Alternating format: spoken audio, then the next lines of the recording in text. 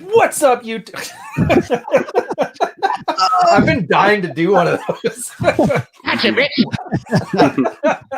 Welcome, Rule Zero Live. We got Troy, we got Rollo, and we got myself, and we have a really good topic. It's near and dear to my heart for the last 2 days, and it's near and dear to all of our hearts. Sheep in search of a shepherd. Here's the situation. People see Jordan Peterson say he doesn't want to use the pronouns. They turn him into their dad, and then they get jaded, and then they throw him away, and he gets hooked on drugs. iDubbbz gives his girl some fake boobs. He starts up an OnlyFans account, and all of a sudden, every Zoomer on the planet's thinking, my dad just let me down. So, in Rollo's infinite wisdom, he made us an awesome thumbnail. And what was the topic? Who's your dad? Who's your dad? Are you my dad? Who's my dad? Which I love the innuendo of that. That sounds just like having like a Mexican girlfriend at home who's really into you. So I guess I'll start us off on this one, and then you take over, guys, because you're going to have the meat of it. Oh, we talked about it ever since our very, very, very first podcast back on the show that shall not be named, when we mentioned what was good about Peterson stuff and what was bad about Peterson stuff. Oh, by the way, hi, everybody in the chat. Hit like, subscribe, yada, yada, yada. And one of the things I remember, all of us, you, me, Rich, everybody was mentioning that was bad was that they're looking to Jordan as if he was their savior, their messiah, their dad. I think you used the word messiah, and it was sort of true. Mm-hmm. And then we noticed over the next year how they basically drove him into a Russian detox hospital there. So it's obviously not healthy. Yeah. But I don't know, Troy, take it up on this one. I haven't actually heard your thoughts on any of this stuff. Like, you don't know who iDubbbz is, but you know Peterson and some of the other.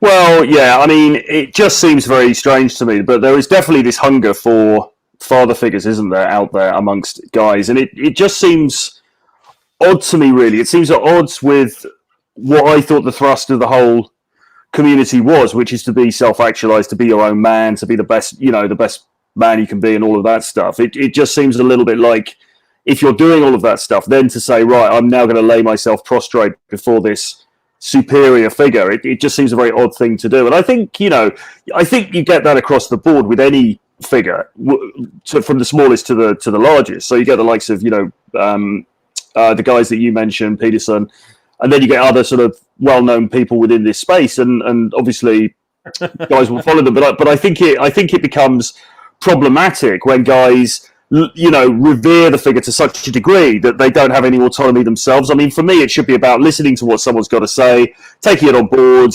Yeah, I like them. I appreciate what they're saying. I appreciate what they're doing, but they're just another human being like me, and I'm now going to take what they say and then move on from it. And I'm not going to make a religion out of it. That's a good point. All right, Rollo, come on, man. I know you've got something prepped in there. First off, Troy, you're kind of like hella loud right now, so just to let you know. I will try and I don't moderate. I don't know if it's your if it's your input or whatever. Yeah. I just when you said, hey, we should probably do a show about this, I think it's kind of timely right now, because I think a lot of people are sort of looking for answers, and then what do? They go to the people whose, I don't want to say they're cult leaders, but like they're people whose advice or whose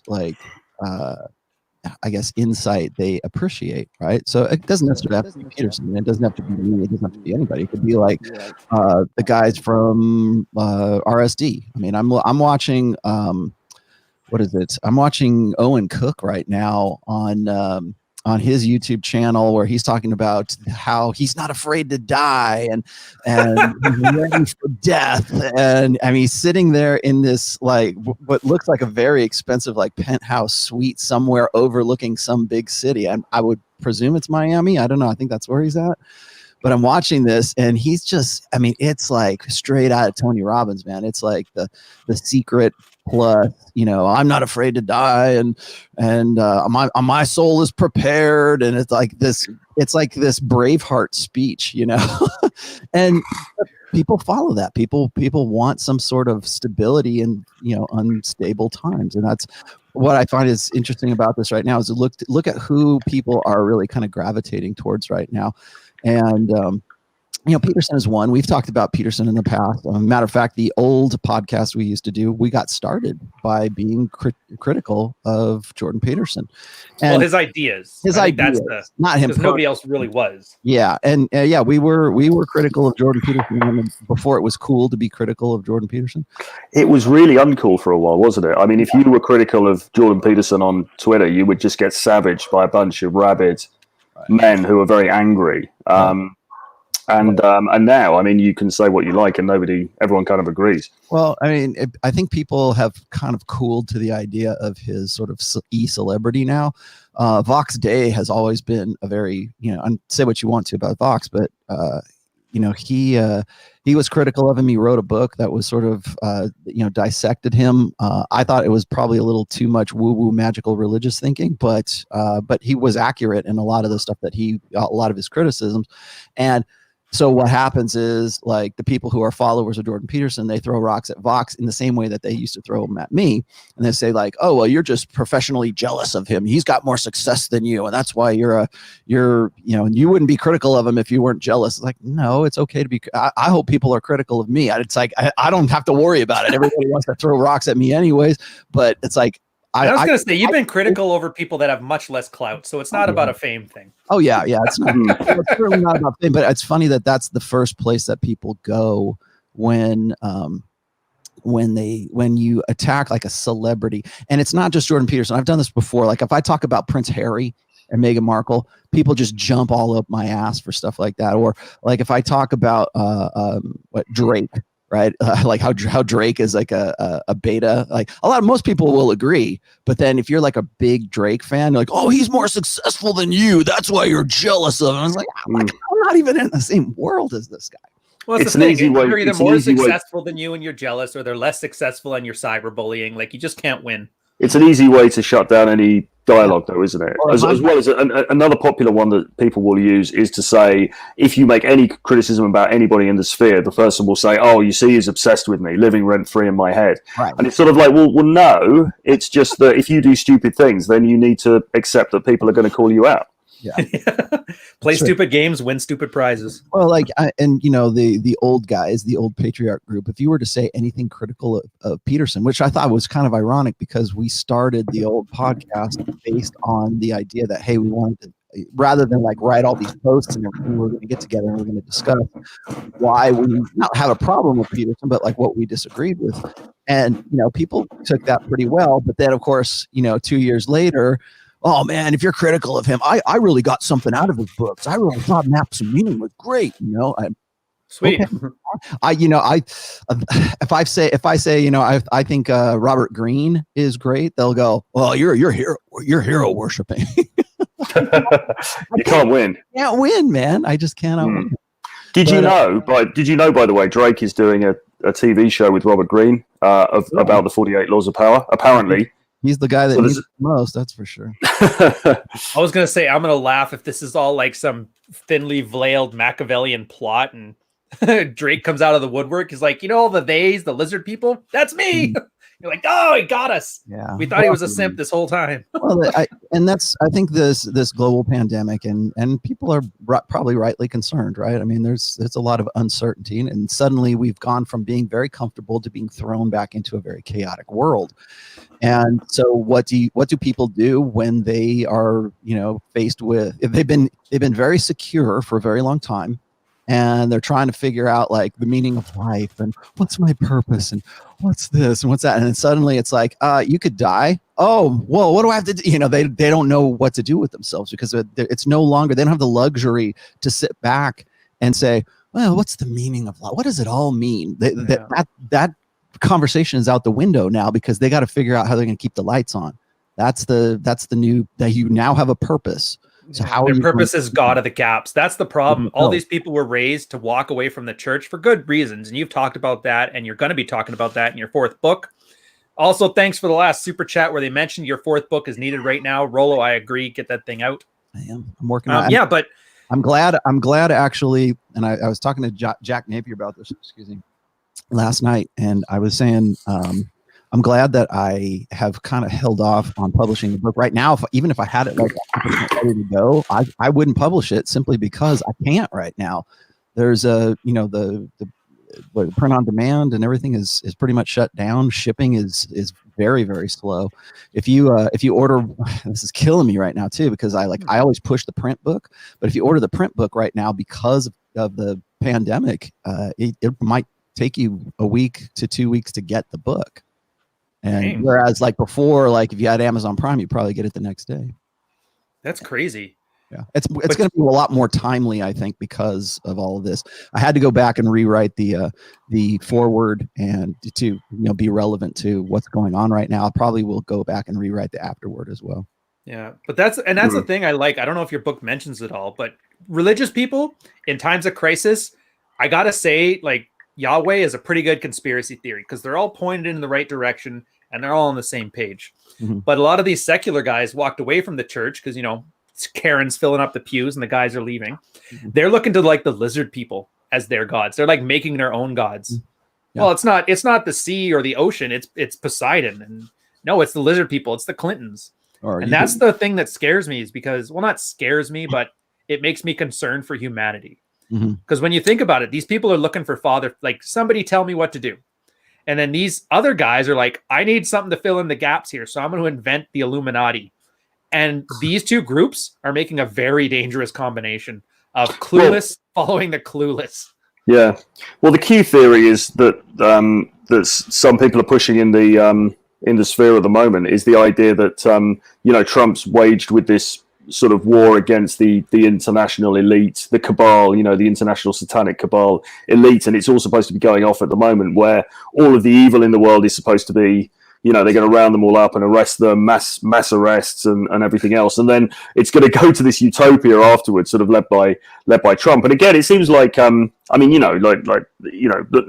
being a Trump lot like the guys bragging about Peterson being their dad. Now it's Trump their dad. Well, yeah, and I mean, not talking about Trump himself as a figure. I mean, that's something else. But just this craving for a father figure, this craving for Daddy Trump to come in and sort of sort all the baddies out is yeah, it's sort of concerning, really, because it seems at odds with how I would view masculinity, which in the end, it surely should be about almost.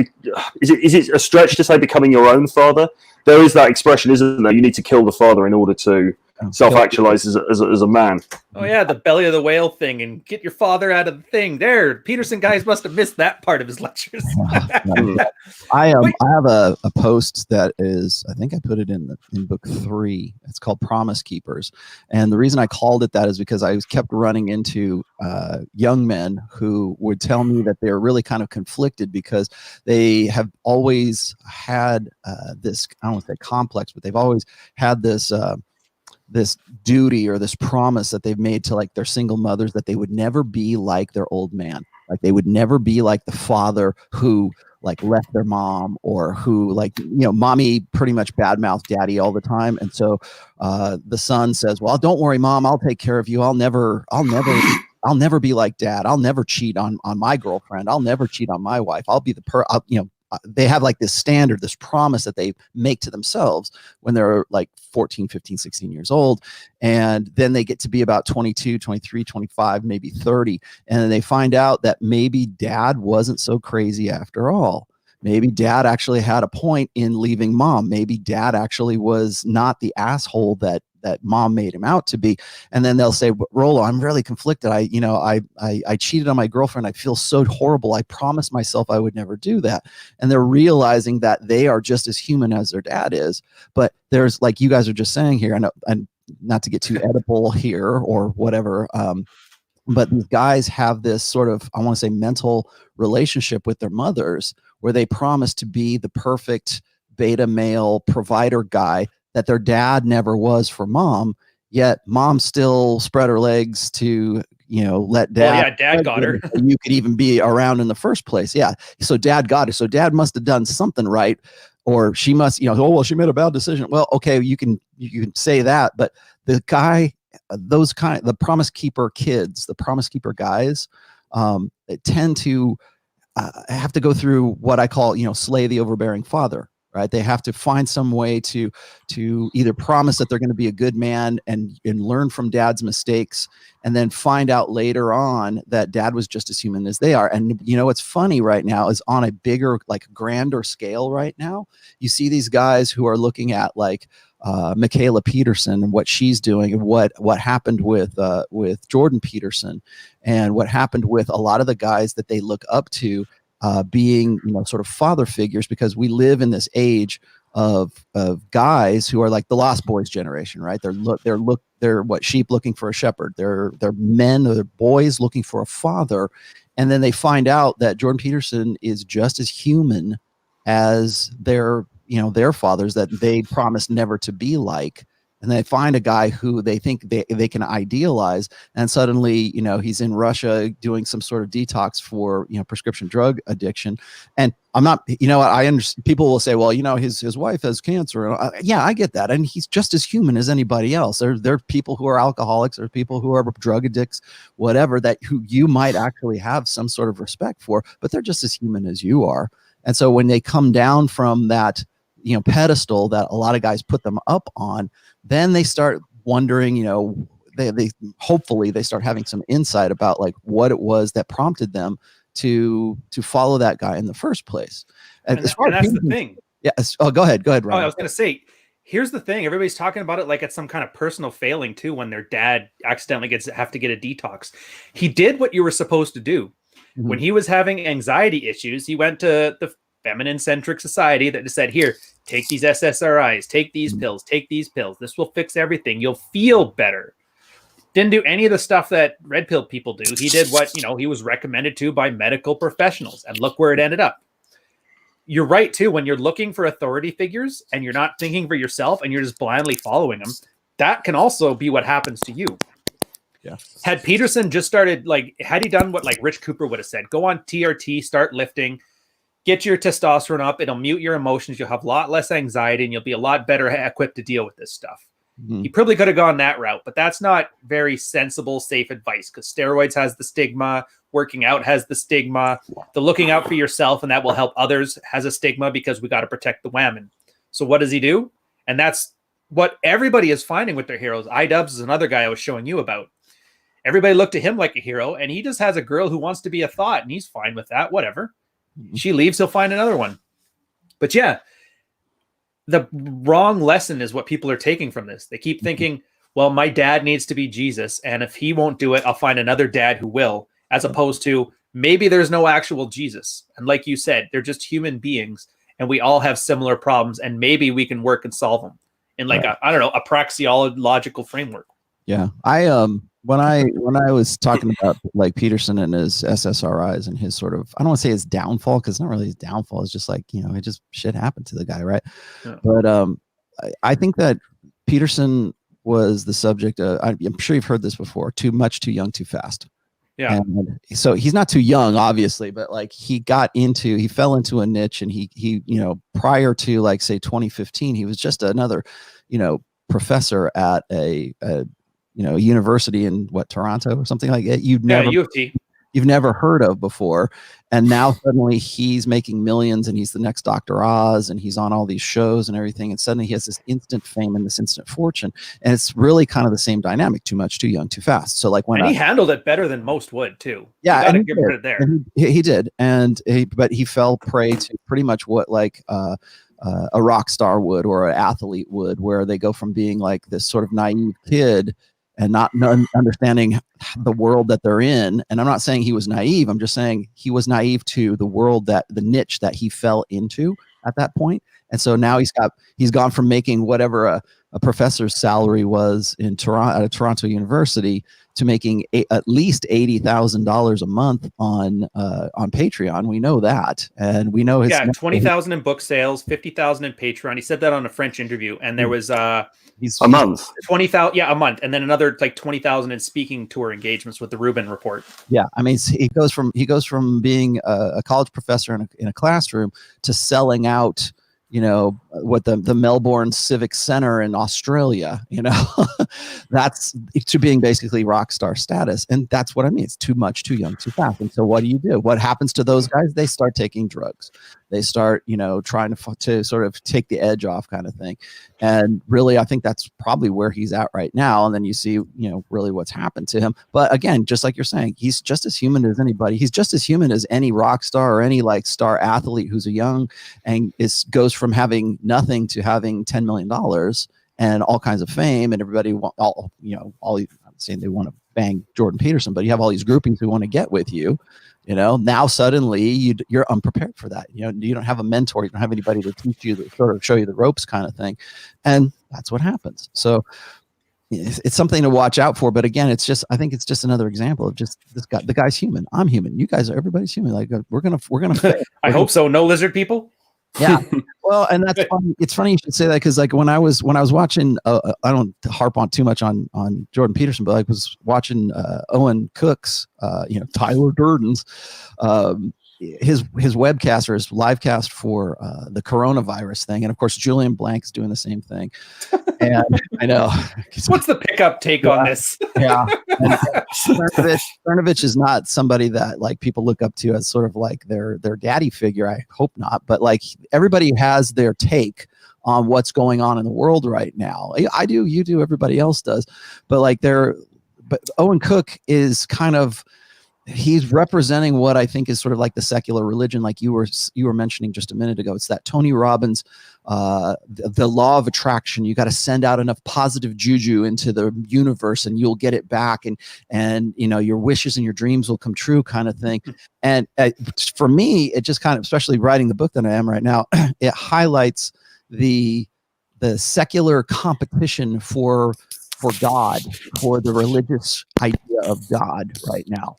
So do you remember this? You probably did, because I remember when Jordan Peterson first came out, and a lot of guys started following, like becoming his followers, right? And they want to go get their book signed, and they go to the sold out shows and everything. And I remember in religious circles at that time, you either loved Peterson because he was bringing men back to the church, like guys who'd left the church. They go, well, maybe it's not so bad. I'll go back to the church because Jordan Peterson told me that it's okay now.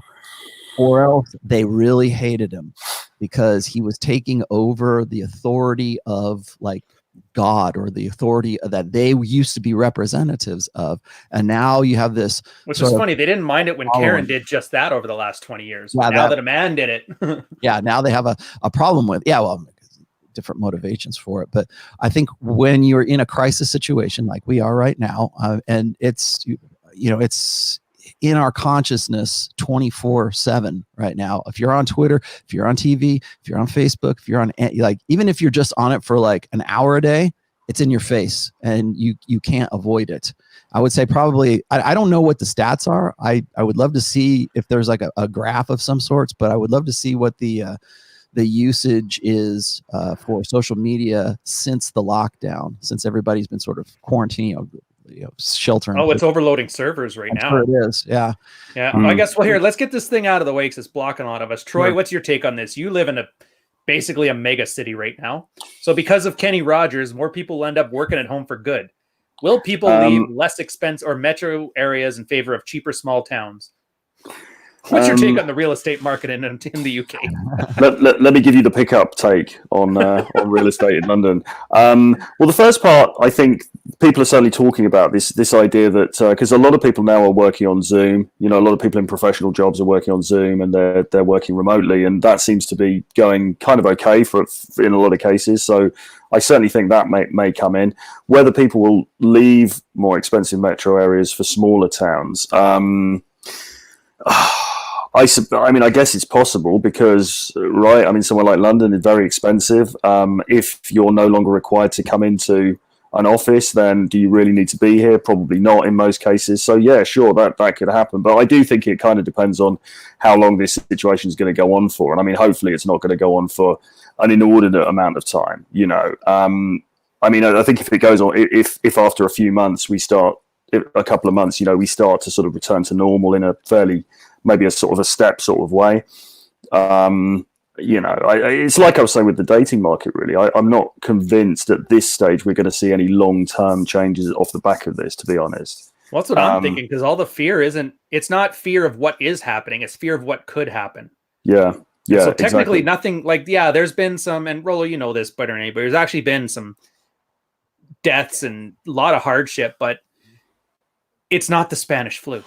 It's not polio where you have iron lungs in giant factories pumping out en masse.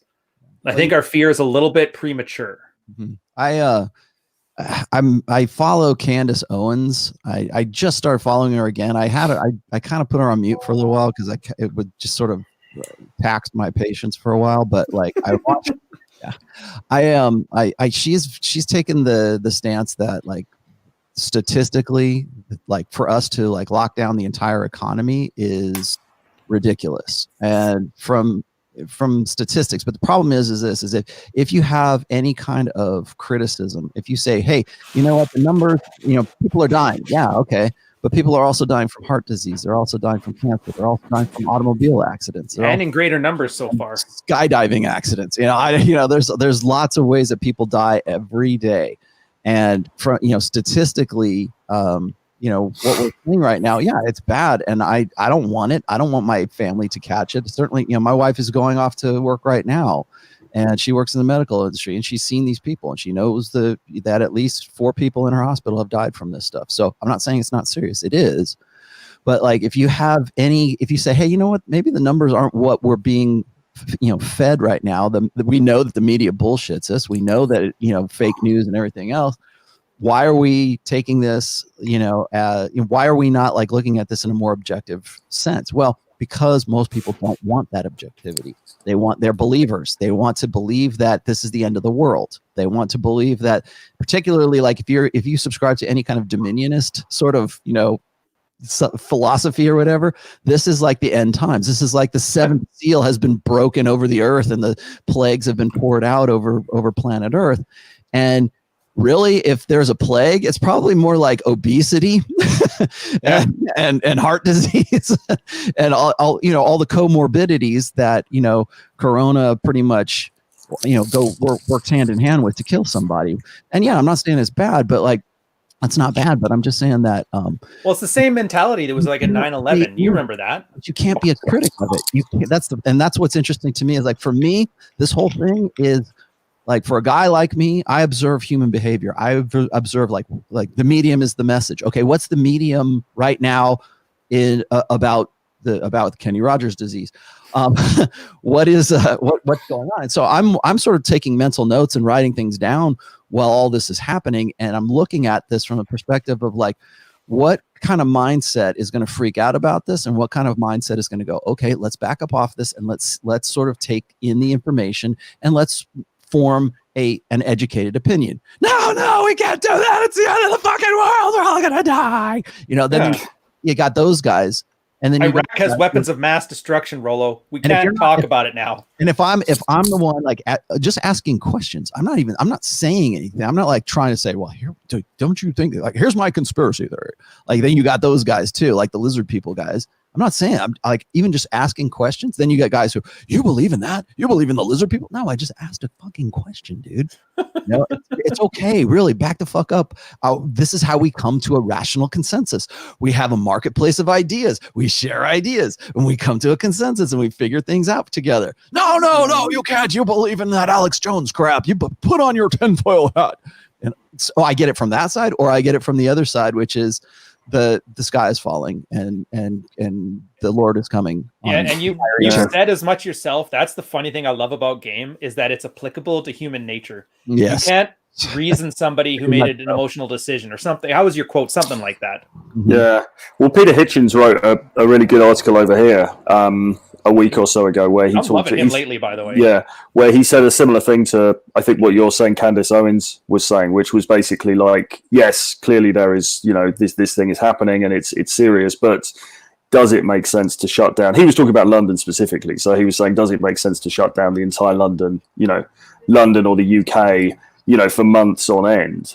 Look at the economic damage that's going to do. Is this proportionate? But as soon as you say that, and I saw him on the TV show, funnily enough, the same TV show that a president that we all know was on a little while back, and Piers Morgan was. I mean, everyone shouted him down, because it's basically, it's become almost like the new virtue signaling now, hasn't it? To stay inside. To and I be love good, how they're to, going to try to shame Hitchens. Yeah, Like they don't know him.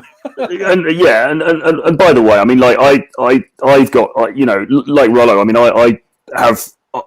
I'm not saying that what everything that's being done is wrong, and we should all just be out on the streets partying at all. I mean, clearly this is a very serious thing. Clearly, people are dying, etc., etc. But at the same time, the extent of some of the powers that have been taken and the extent of some of the restrictions that are being placed on people, I think we need to at least be allowed to talk about that in a rational way and to sort of question that. Even an apples to apples comparison. Think of this. There's a number. I don't remember what it is, but depending on unemployment goes up by a certain point, suicides and domestic violence goes up to a certain point. So we can say we're saving lives, but does anybody even know? Like, I know it's like a decent number because in 2008 we talked about it a lot. So we're literally saying that, and the point of staying home is so you don't get the sick and the elderly people, hurt to the point that the medical community can't handle them and burn those people out. But there's an actual cost of it here, and nobody's acknowledged it. They don't, not even if they not acknowledged it, I don't think most people are aware of it. I'm not, and I'm actually like even thinking about it. Most people aren't even going that far. Yeah. It's going to be funny to see when you see, like you said, you shut down London, you shut down Toronto, you shut down Vegas, millions of people out of work. And if there's like a 1% increase in suicide rates, then there's a body count attached to this decision for the safety of everybody. That was something, that was an observation I said. And I asked this question. I said, what do you think will be a higher death toll? Will it be the actual, COVID, infections, or will it actually be deaths as a result of the economic depression or, damage that's going to be done, not just to our economy, but to the world economy right now? Well, how many people are going to die as a result of shutting down the economy?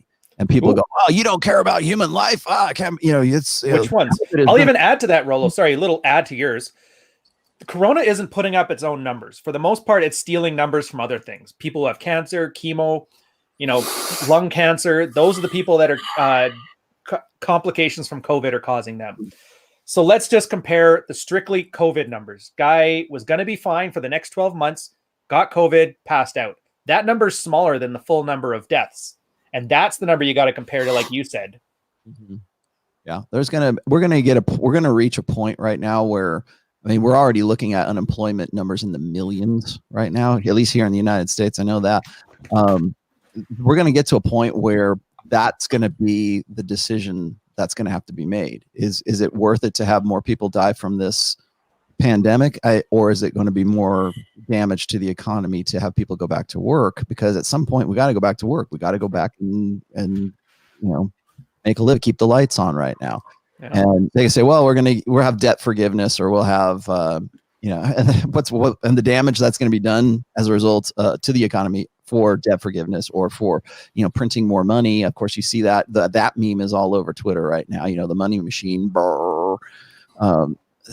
Like, at what point do we make a pragmatic decision to go back to work? At what point do we say, well, how many deaths have to be, what does the death toll have to get down to for us to restart the economy? Because that's really the decision that's going to be made.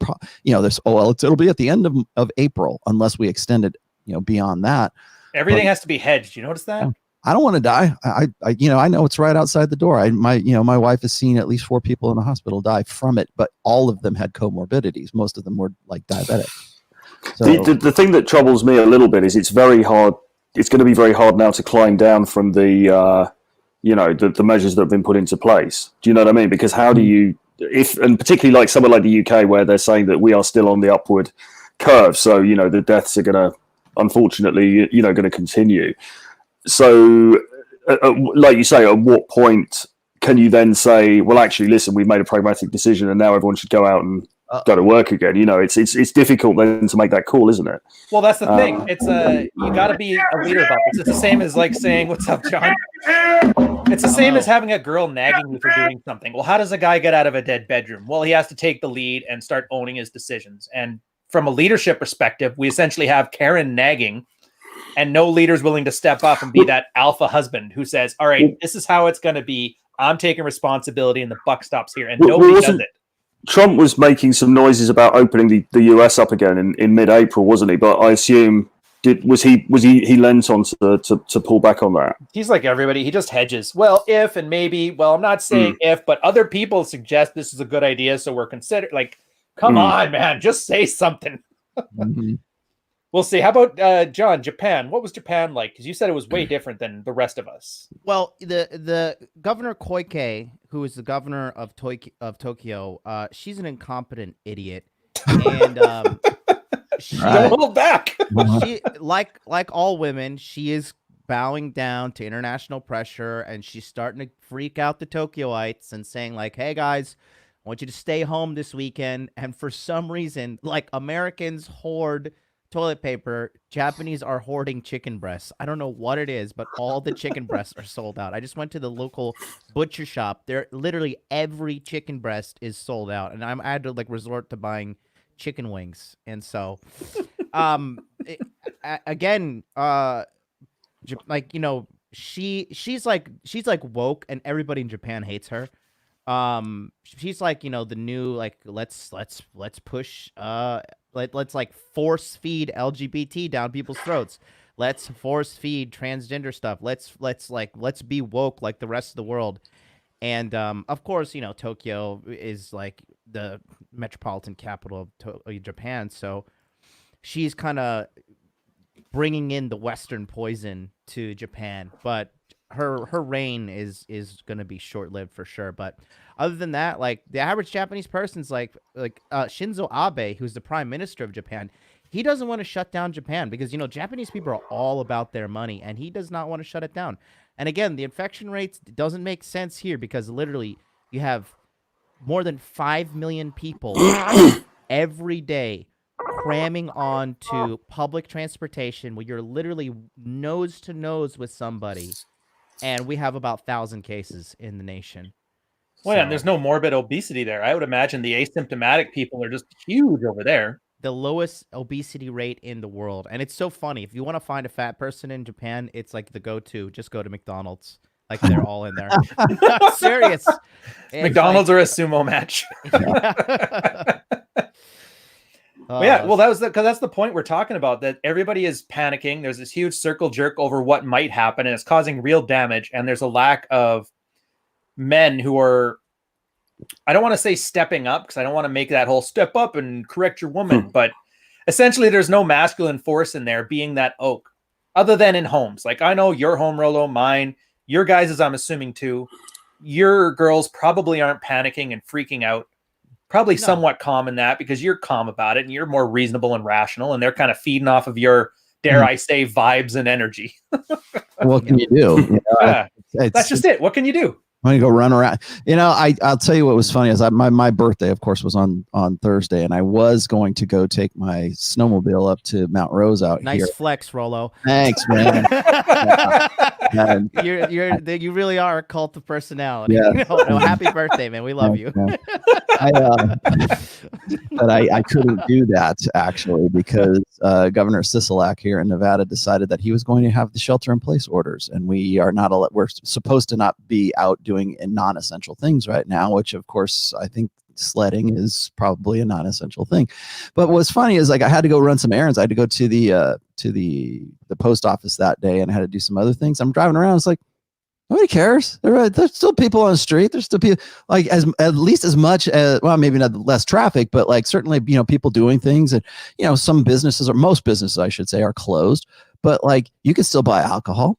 You can still buy weed. You can still, you know, go go to Wendy's or you know, McDonald's or whatever. Isn't that hilarious? By the way, weed was illegal a year ago, and now it's an essential service. Yeah, exactly.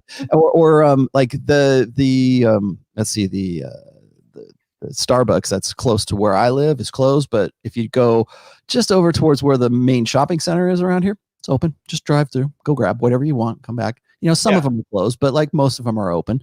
And same here. Driving. Yeah, it's like an inconvenience. It's not like, oh my God, the sky is falling. It's like, God damn it, I got to drive a little bit further to go get my tall flat white. Why can't I get, you know, where do I go get it? And so you just, like, people just, it's like, you know, when like you mess up an ant trail and they like scatter and stuff. And eventually they come back together and they form a new little ant trail and they go about their business. That's all we're doing. We're just like the little ants. What is this? A pandemic for ants? Need at least 3 times the size. That is hilarious. By the way, John, you've sold me on sunglasses on these streams. My eyes have been so dry and red from the light. Oh, I can see it now. Yeah. I got these new Elgato key lights and they just nuke my face. So I'm wearing them right now. But yeah, I guess no actionable lies. Here, John, give us the Japanese opinion. You're at home. Well, one of these guys, you're at home. Your wife's nagging you. The TV is telling you that hell's in a handbasket and they're out of masks and Trump is bad. And here, tell them, here's how you run a nice Japanese household where everybody's happy and fooling around at least 21 times in 3 weeks. Well, it's just like, in Japan, they still are big fans of the whole nuclear family. Like, family's huge in Japan.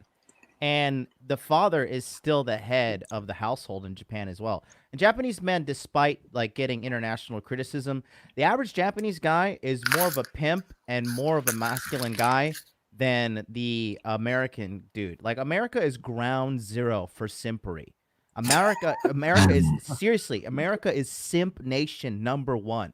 It's in the music, it's in the media, it's everywhere. Simps are coming from America at an alarming rate, and it's because it's good to monetize simps. Simps are walking bank accounts because they're idiots, they're losers, and they just dish out cash. And this is why American women are the worst women in the world to date, because they are constantly being jerked off and told how awesome they are by music, by the television, by social media, by Netflix, and unfortunately by a staggering majority of dudes. The more and more I get into coaching, I have over 600 people in my body language mastery course now, and the more and more I coach people, nice flex. You got. Anyways, like I was saying, the more I get to coaching dudes, the more I realize that, I would say honestly, like 90% of all men are beta males. 90%. Oh, and easily. In America, that's the ratio in America. Outside of America, it's a little bit better, but like, Japan, they're cool as ever, man. Japanese people don't freak out. The only time they freak out is when Godzilla's coming. That's in that movie. But other than that, they're mad cool. They're stoic. They don't lose their shit. And honestly, there's that inherent racism where they're like, we're not giving this fucking W to China. Like, fuck these people. Like, we're gonna keep our economy going. We're gonna keep on producing. We're gonna outperform them. And there's a lot of like, the only person stirring up panic in Japan is the mainstream media, NHK, all that garbage, and this idiot Governor Koike of Tokyo, who I fucking hate. So that's the thing then. So if you're Daniel Simpason in Orlando, Florida, USA, and you got a wife at home who's strong and independent and don't need no man and treats you like garbage, your advice to become more dad-son: stop panicking, stop listening to the media, keep a strong pimp hand, and what else is it? I might have missed it because it was lost in your flex. Yeah, it's just, the Americans. Look, and don't be afraid. Essentially, don't be afraid and don't buy stupid crap because the media makes you insecure. Essentially, the Americans are. Look, let's be honest. Like, the international stipulation of Americans is true. Americans are fat and stupid, and that's look.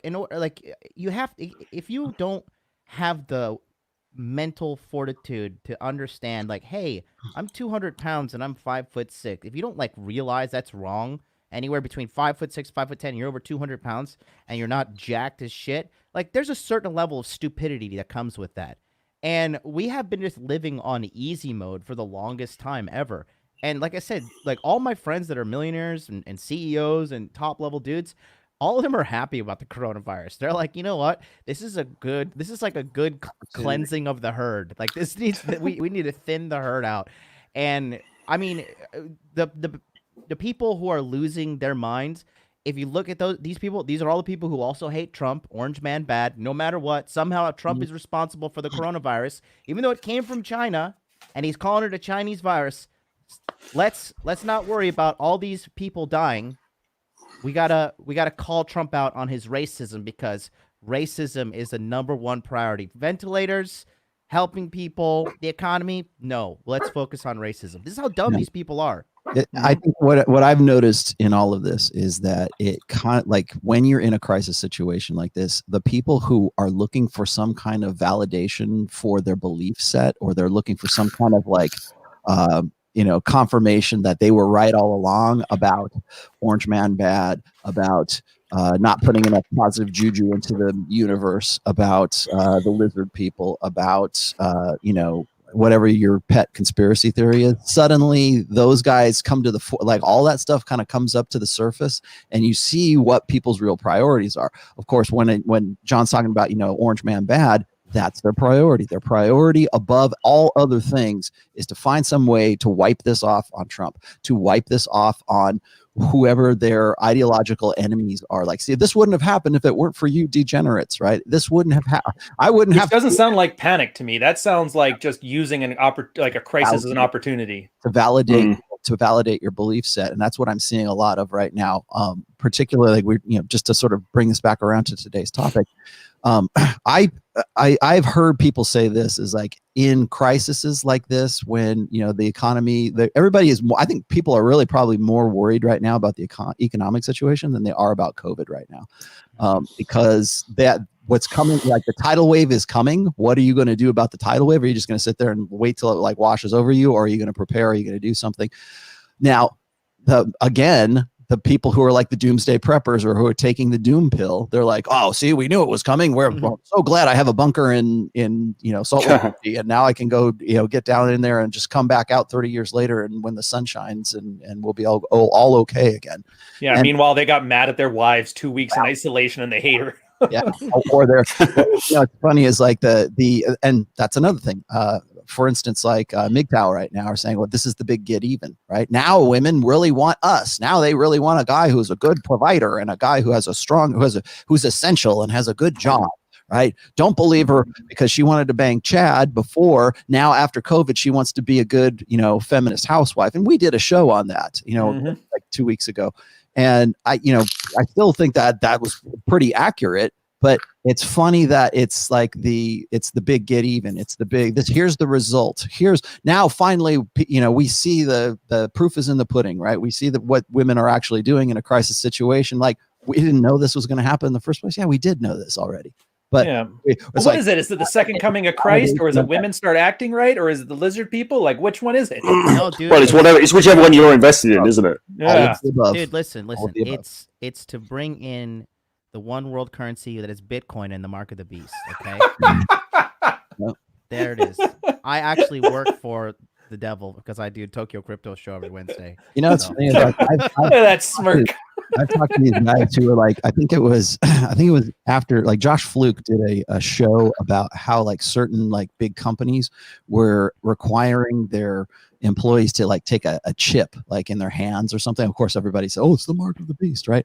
It's like, they don't need you to take a chip in your hand to like make it so you can buy or sell. We have like facial recognition software that is way more efficient than you taking a chip in your hand. You could if you go and you look at the what is it, I've seen these documentaries in China, of course, which has the biggest population in the world, and they have facial recognition software, so you can go into like a McDonald's or something, you show your face to the camera, and it pays for your food right there. And you don't have to wave your hand. There's no chip. There's no nothing. It just sees you. It knows what your account is. It knows who you are. It knows your number and everything else. And bang, you're done.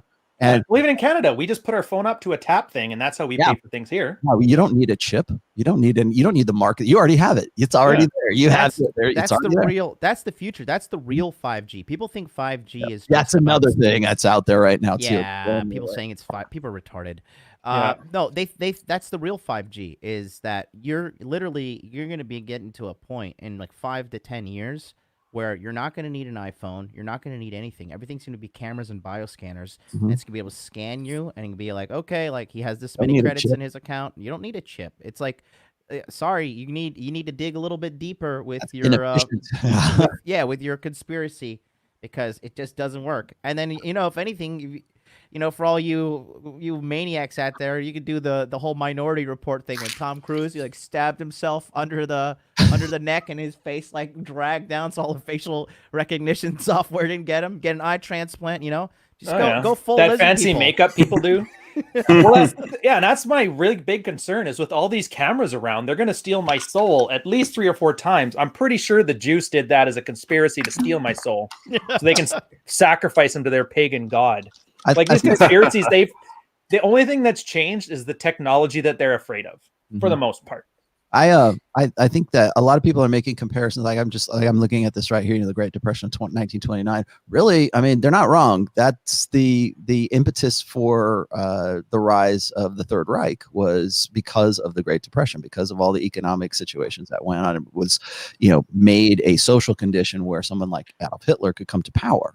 And based on a panicky people looking for a leader. Exactly. And so that's kind of what I'm like, my mind is kind of going with this is like, I've always wondered this. It's like, I don't think Adolf Hitler was a brilliant guy. I think he was probably just as much a spurg as anybody else that we know. But it's just that he was saying the right things in the right place at the right time. He was in the niche, and people went along with it. Well, to be fair, he got kicked out of art school. Adolf Hitler was probably a spurg, and he was just as big a spurg as any of the other guys that you know of. Just right place, right time. Yeah, got kicked out of art school, and he was the only guy who came out of World War I without a commendation. Like, how hard is it to screw up that?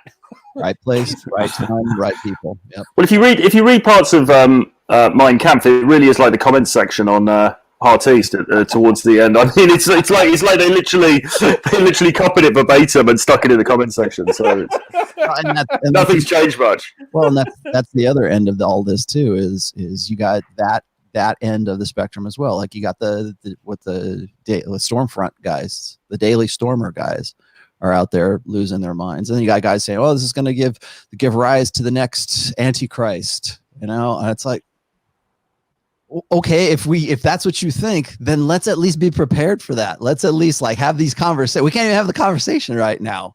We can't even talk about we can't talk about the economy, and we can't talk about the death toll. It's because you can't talk about people's instincts. That's the problem. This is like, I talked about sexual diabetes before.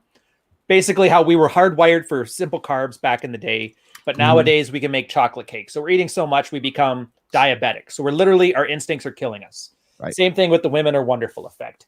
Anybody who worship women, those places survived. Now the problem is we got 8 billion of them. And so now we're just end up simping on Me Too.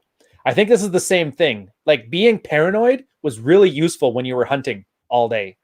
But now that you're in a completely safe world, that your worst threat is a super flu. Yeah. These paranoid, fearful, reaching delusions people have are going to cause, and like I said, it's a bit conspiracy theory myself, but that Third Reich situation, that's the kind of things that happen when you get a bunch of people looking for dad. You trust your instincts, and your instincts are literally going to get you killed.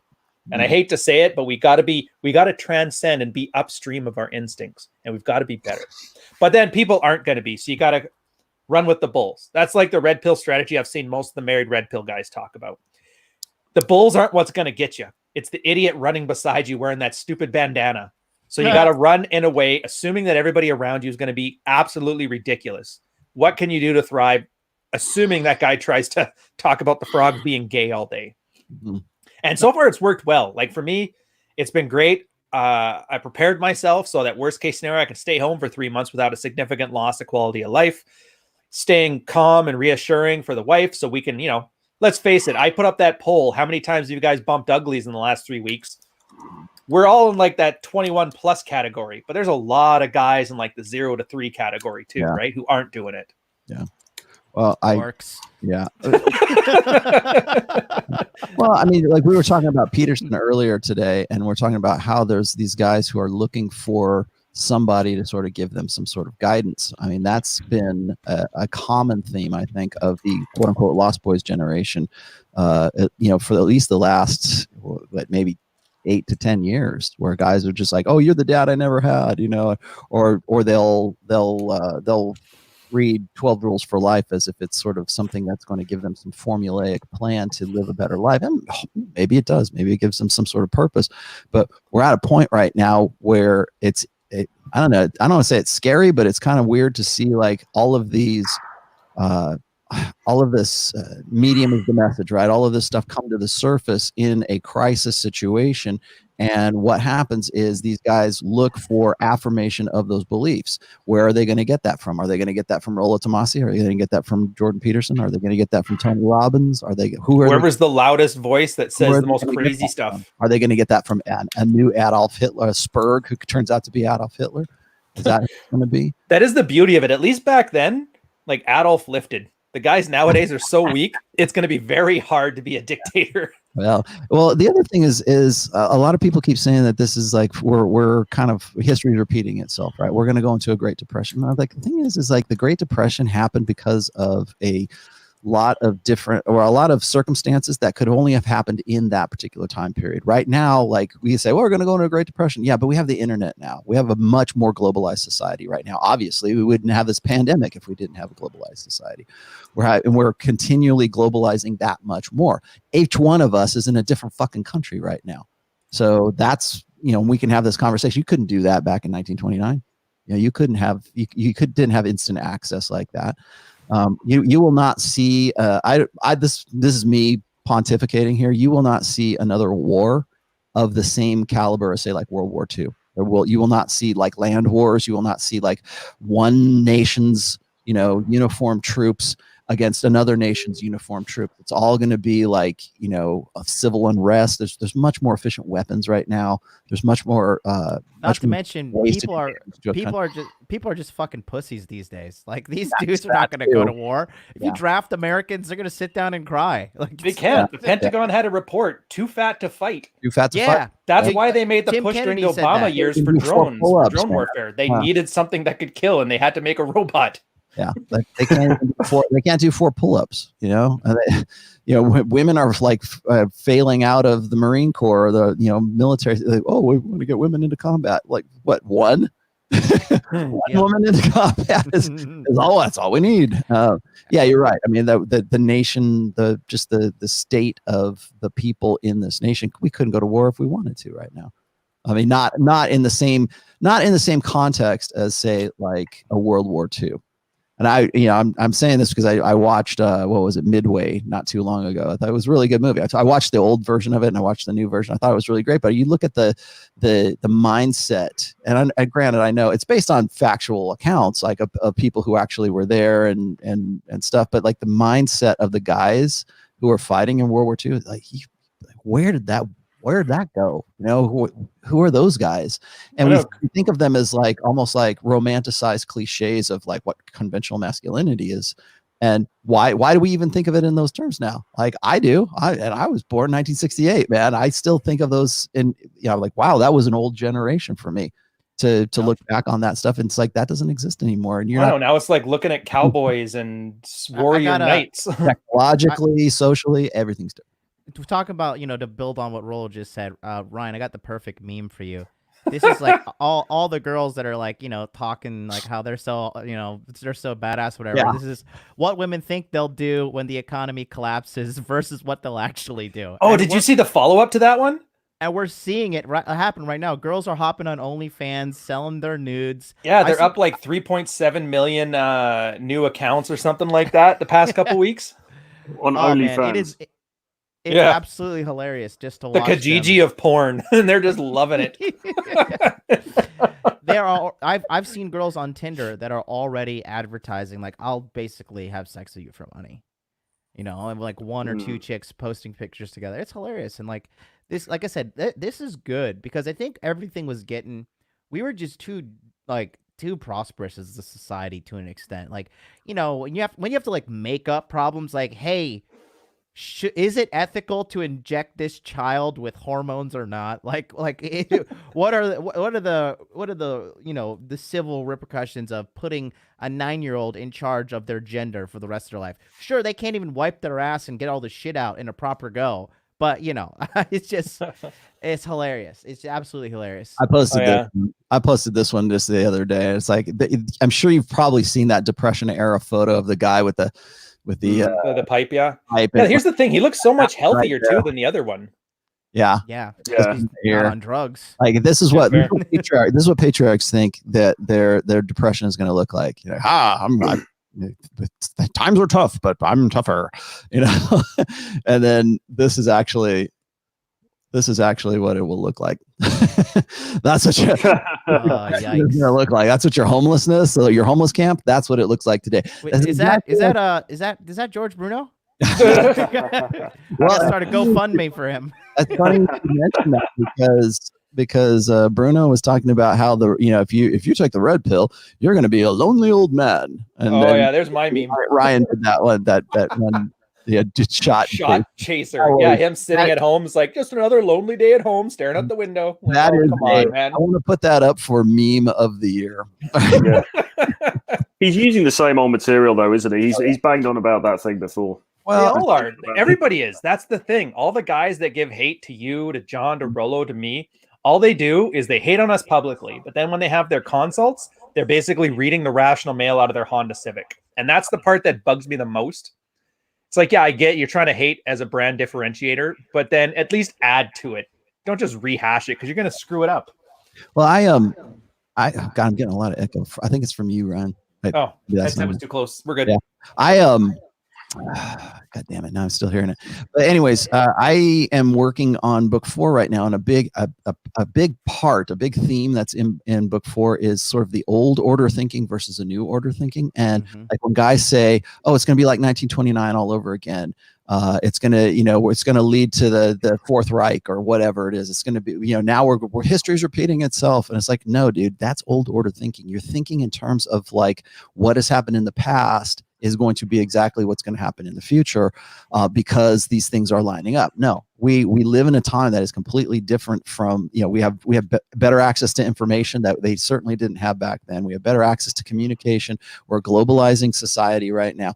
There's all these things, but yet we still go back to those old order ways of thinking. We still think in terms of, oh, well, human beings are blank slates. Or whenever I'm like critical of like, say, feminism, really what I'm critical of is people still clinging to what they learned in that old order thinking when they have all this new order information and this new order data that they should actually be forming new opinions and new ideas and new worldviews based on what we know right now as a result of all of this. So when I talk, I talked about this a little bit with Jack Napier last night, and it's like the idea that we have that things are going to be like for instance, like not to harp on George Bruno again, but go for it. Do it.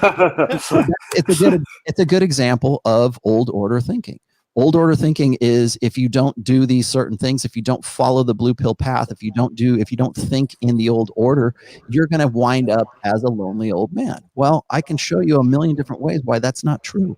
Or maybe like be preoccupied with something like that and really focus more on like building a life, so that at the end of your life you have something to say for yourself, as opposed to going, oh, I'm going to be lonely if I don't follow the feminine. Well, yeah, I mean, like as has been pointed out many times before, I mean, that thinking is just ridiculous anyway, because the reality is that you could get married tomorrow and you could be with your wife for a period of time, and then she might leave you at the end anyway, and you're the lonely old guy anyway. Alternatively, what often happens is that even if both of you do like grow old together, then, it could be that both of you reach that age where, you're both incapacitated, you get taken off to the nursing home and you die on your own anyway. I mean, it's just a fantasy, this whole thing about, I mean, so what is the plan? What is the plan? Lock somebody down just on the off chance that those last sort of, few hours or minutes in your life, you're going to have somebody sitting there with you. But, if you silently despised each other for 40 years, then what good is that anyway? Is that a successful marriage? Like, what defines a successful relationship? Is it because you stuck together and it was a miserable relationship and you die and, hey, I win. I stayed married my whole life. You lived in this horrible marriage. Time in like a jaded cop waiting for his pension. You served your time in jail, right? Yeah. Oh, a successful life. No, in that thread that I was showing, like the way that patriarchs are going to think of what the depression is like versus what it will actually be like what homeless camps really look like today. In that, of course, you get the patriarchs going, "Why do you think patriarchy is such a bad idea?" Like it's this old order thing, and of course that spawned a debate between these guys. Not patriarchy, your patriarchy. Yeah, well, it spawned a debate between this guy who's, for all intents and purposes, is pretty much a bot. Just regurgitating the same, well, God is on my side. And if you chose a better wife, then you would be more responsible. And if men were men, then women would be women. And was that Best Buy employee, Noah Revoy, or whatever they call him? I got no idea. No, it's not Noah. It was another dude. But like, I was reading the exchange between the guys who were saying, you know what? You can pretend that you're a patriarch all you want to. At the end of the day, you can't out alpha the state. It's kind of like the MGTOW argument against marriage and against all this, one sort of belief set versus this guy going, well, my authority comes from God, and my wife, she respects my authority as a man, and I'm a patriarch, and I have 6 kids, and it's like, okay, that's old order thinking to think that is something that should be valid, whereas the reality is in the new order, if you so much as snatch the keys away from the car keys away from your wife, she can call the police and you will go to jail. You will be removed from the home. And there's that threat point. We can prove that over and over and over again. What that is, that's old order thinking. I'm a patriarch and I'm okay. That's that's the old order versus the new order, which is you can't out alpha the state. And so you have this constant, old order patriarch versus new order, MGTOW, and nothing ever gets done because there's just no, you're not going to convince anybody otherwise because one's a believer, one's an empiricist. And I watched that and I watched that exchange and I go, that is old order versus new order. And we're seeing that play out, not just in the patriarch thing, it's just like in everything right now. And the whole crisis brings this up to the surface. Yeah, it's just fear in different areas. I don't get the understanding, like, people are so fearful of the uncertain. Look at it right now. When was the last time, like, a food shortage? Crazy. How long would a food shortage have to be till the first American starved to death? John, do you got a guess on this one? I guess 12 months. On what exactly? For the first time, once they have a food shortage in the States, how long it would take until the first person starves to death? Oh, dude. I put 12 months. It's going to be pretty hard to starve to death, man. Like, dude, a bag of rice can go a long time. Yeah, a bucket of chicken, 80,000 calories of gunt. It takes forever to get rid of. Dude, 80,000 calories of what? Of gunt. Oh, okay. Do you know how much? I used to work at Olive Garden. Do you know how much food restaurants throw away at the end of the day? Oh, tons. Grocery stores too. Every single day they throw away food. So I mean, look, America is a bunch of fat fucks for a reason, and they can be. We're not going to run out of food. There's not going to be a food shortage. All these people saying this stuff are stupid. Like, you have to realize just because somebody has a presence on like social media and they get retweeted a bunch of times doesn't necessarily mean they're smart. There are a bunch of dumb people out there. There are armies of George Brunos. There are armies of Anthony Johnsons. There are armies of Socrateses. All right. People don't even have to be able to hear and get out and type stupidity on the internet. I mean, there's like an Ivan dig. Well, it's not like he's gonna hear it, but like there's like, like, I just think that this is the people that I know that are freaking out the most are the ones that are constantly watching the mainstream media. This is the mainstream media's comeback because now everybody's watching again because of Donald Trump. Everybody was looking at the mainstream media and be like, yo, this shit is fake. These people are full of shit. But now everybody's cracked out. They're quarantined home and they're watching the mainstream media every single day. Because that's all they can do. Because every social media platform has been banning any view other than mainstream media for any type of news. Exactly. Like if you type in coronavirus, everything that pops up is mainstream media. Everything is World Health Organization. And like if you look how they handled the situation initially, very incompetently. So now you're linking to these people. Like you have to realize. Yeah, that's the problem with the WHO too, because their data was good, but their policy recommendations were bad. Yeah, clearly influenced by the financial funders. I get that. And you have to realize this too, guys. Listen, the most talented people in the world, they don't wake up and be like, I want to work for the government. Okay, like the idiots go to the government. It's not You're not getting the creme de la creme of the intelligent people. Majority of all humanity's advancements come from the private sector, and the majority of our problems come from the fucking government imposing sanctions and limitations and shit like that. Who here enjoys going to the DMV? Who here enjoys dealing with anything government related? How many businesses got shut down because you didn't have a license that was in section sub A, paragraph 4, statute 3? You know what I mean? It's just, yeah, and that's the point. John's You're not going letting to out starve his, to death. You're not going to be kicked out. Everybody who's telling you this stuff to make you fear. Sorry, Troy, I'll finish this quick. Is everybody's lying to you? So what's the risk? What's the actual risk of things happening? You're going to lose 70 pounds of fat that you probably should have lost, and maybe your wife might want to blow you more than once a year. Mm-hmm.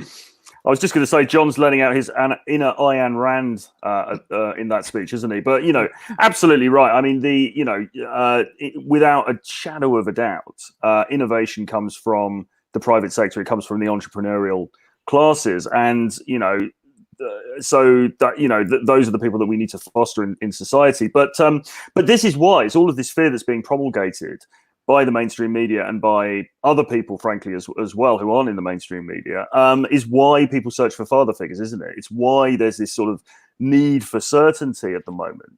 That's a good point. And I just can't understand, really, why is it necessary for people to look up? I don't know if anyone does look up to George Bruno, but I mean, maybe there's a couple of people out there. I mean, why is it necessary for people to latch onto this like father figure and sort of think, oh yeah, he's got the answers. I'm gonna, why do certain guys have that tendency, that need? I remember Why More Please was talking about that. It's just because people are afraid of consequence, that they haven't even thought through what the consequence is. It was a really good take on it too. He's just saying, because if you offload that responsibility onto father figures, even if it's George Bruno, if something goes wrong, well, then it's not your fault. It's his fault. And if that sounds like the way your girlfriend talks about things, it is. Girls are terrified of accepting responsibility for something, because Cave Stacy would have got kicked out of the tribe. So nothing could be her fault. Cave Stacy. Yeah. Well, that's where I tried. That's my evolutionary science talk, but letting you know that I may not know what I'm talking about. I love it. Why not Cave Karen? Yeah. Oh, Cave Karen. Yeah, she's such a bitch. But that's the thing. Guys raised as defective women. So you get guys that are trying to hedge their responsibility, hedge accepting the consequences of their own decisions. And I think it's that feminization of men is why they're looking for a father figure. And that's also why you're finding it in the most ridiculous places. Like, remember that yogi guy, John? The one who's like more alpha than you? Oh, God. People look up to him. People look up to thing? George Bruno. Oh, I probably not, but neither's Anthony yet. He won't shut up about it. People look up to Anthony Johnson. People will look up to anybody, and I almost think they actually want to look up to idiots, because then they know the failure's coming and it's their fault. That's my theory, because I don't think people can truly be that stupid. But then again, I've been wrong before. I thought people were just grifting, and then Rolo showed me that Pinnacle guy who literally is like Heaven's Gate 2.0. Yeah, that's another thing is like I see a lot of guys, and I know people are saying that like, oh, where are all the patriarchs now? Where are all the guys that were, all the trad cons who were so, so certain of themselves prior to all of this, and now you don't hear from them or see them. I think they're coming. I think they're gradually coming back into all of this. I think you're getting, like, I'm already seeing them in some threads. Once they stop pissing themselves, wash their jeans, get back in. Right. Well, I mean, at what point do you have to go back to work? What point do you have to sort of settle your house before you can have the leisure to go online and sort of talk about things, or to, a lot of these guys, and I think you know who I'm talking about, a lot of these guys quit their day jobs, quit their cubicle jobs, because it was a much easier grift to go on and pretend to be, form some fraternity of liminal orders, to get, guys to be in their group, in their tribe, and to pretend to be a life coach or a dating coach or a relationship expert, God, I hate people. Whatever coach, right? And now I know you guys are probably thinking the same thing. It's like, when this economy really hits, guys aren't going to have money to have a subscription. Guys aren't going to have money. They're going to pick and choose who they spend their money with very, very carefully, because they're not going to, assuming they even have the money to spend, at that time. That's why it's like, when I'm looking at all these, we had to postpone our convention, and our convention was pretty affordable. I think, at $500 a head, that's great. But like, how many of those are people actually going to be able to go to, much less travel to, much less, spend time, have a weekend away to do those things when they're busy trying to keep the lights on. And the solution is easy too. You're right. They're going to be discerning about where they spend their money. And at least I know for my sake, and I'm pretty sure for your sake, focusing on delivering good value and knowing what you're doing and not just worrying about marketing. Like we suck. John's good at it, but we suck at marketing. I'm not good at it. So I really have to focus on the quality, and you focus on it, and Troy does. John's got both, so good for him. Yeah, it's that's quality. I think it's got to be quality first, though. 100% quality content first, and that goes for John as well. I mean, John's great on the marketing, but his content is awesome as well. And it's got to be quality content and authenticity. That you can't be a lawyer until you pass the bar, basically. Mm-hmm. Yeah. And right now, I mean, people are still in the old way of thinking. I think a lot of people are still, with respect to money and everything. I think slowly you're seeing people sort of wake up to this, but we still have this old way of thinking about like what's a necessity and what's not a necessity.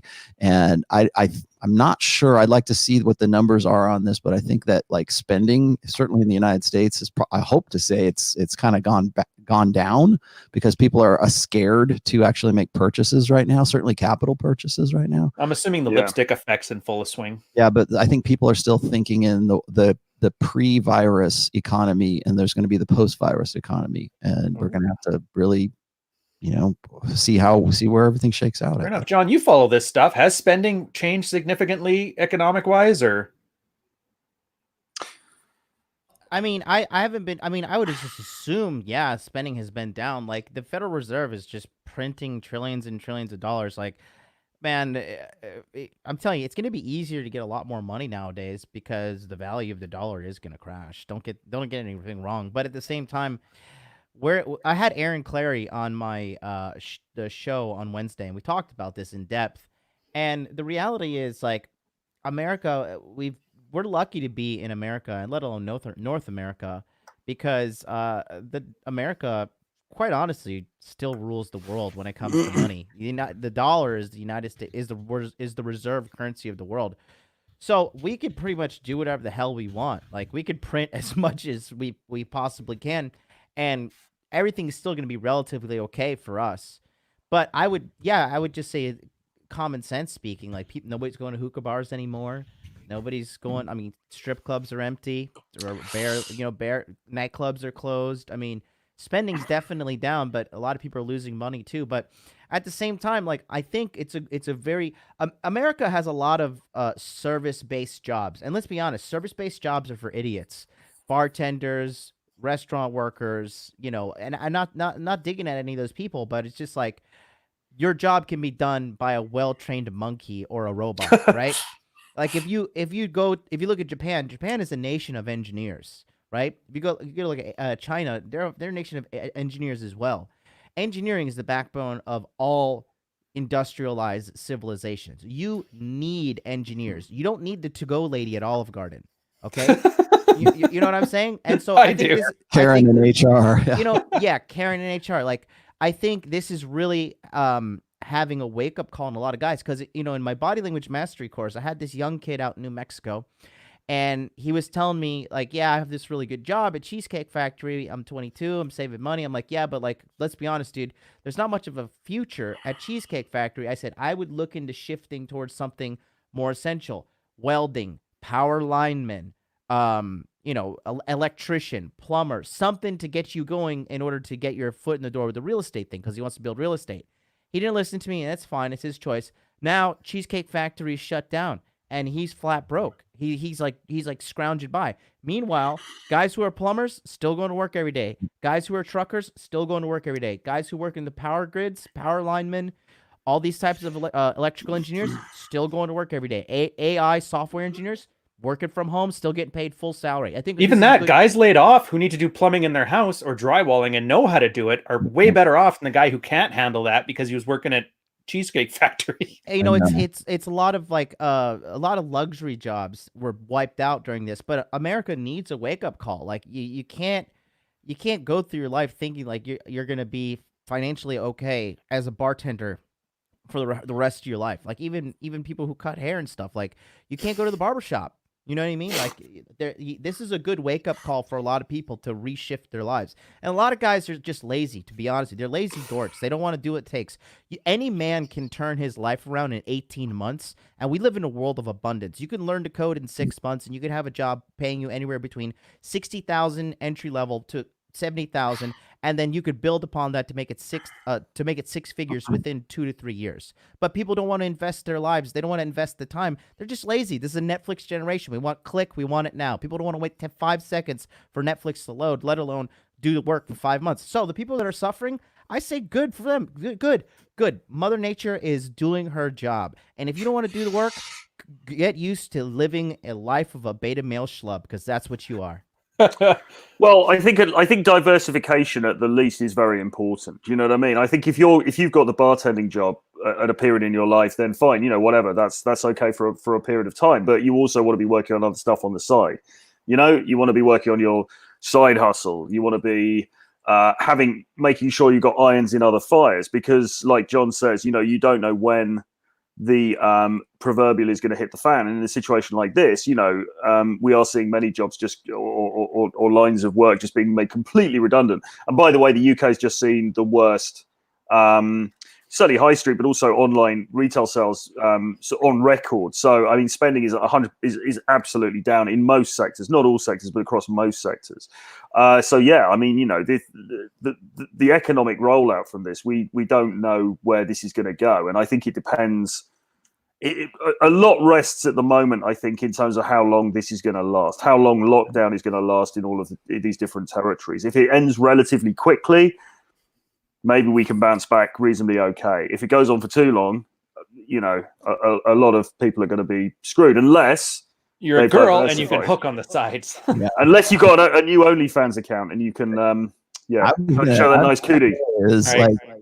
Now you guys, okay, because we're getting towards the end here, so I have to ask this. It's like, I'm sure you guys have noticed this, is that women have done one of two things in all of this. They have sort of gotten closer to the guys who are sort of the essential guys, like the salt of the earth guys, like the guys who have jobs that are going to be sort of depression/recession proof, or they started their OnlyFans account, right? Hey, maybe I'll start taking my clothes off. Like Rich had this, I don't know where he finds this shit, but Rich Cooper put some tweet up about some like 68-year-old lady who has an OnlyFans account.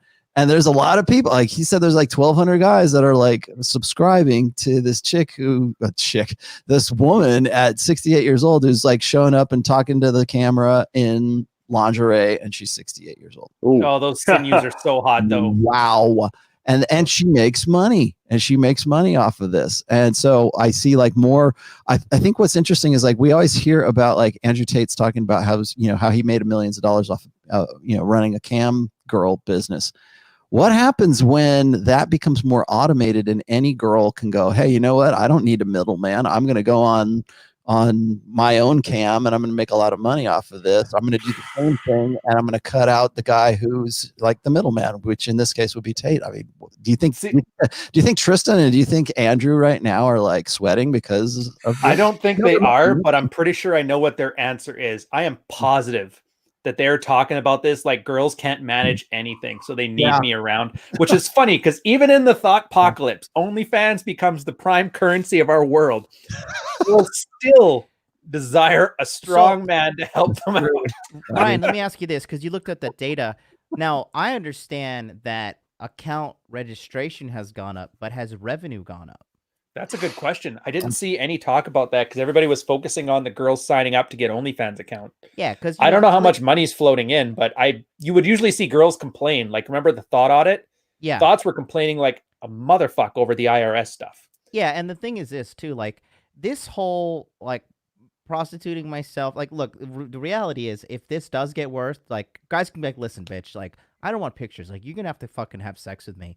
Like that's what it's gonna get to. And at the end of the day, it's the golden rule. He who has the gold makes the rule.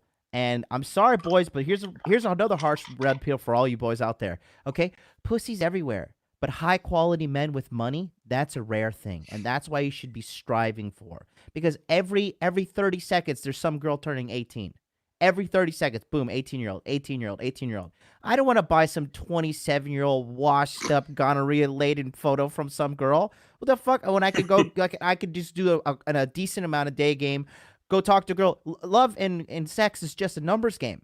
And yeah, but they got especially brand differentiation. Did you see that girl? You know the trad meme where it's the girl in the summer dress with the long blonde hair? There's a girl Yeah. on Pornhub right now that does like cosplay of that. She's Trad probably cosplay? 26. Yeah. Trad Like cos- literally, she like, I made you guys a hamburger. And it's only like masturbation stuff. There's no stud in the picture. Obviously, no BBC. So even those older ones, and John's right, strictly hotness, the younger ones will always do better. But I think a lot of girls understand that girlfriend experience, like the geisha girl thing, where they know our ego wants to get stroked more than our dick.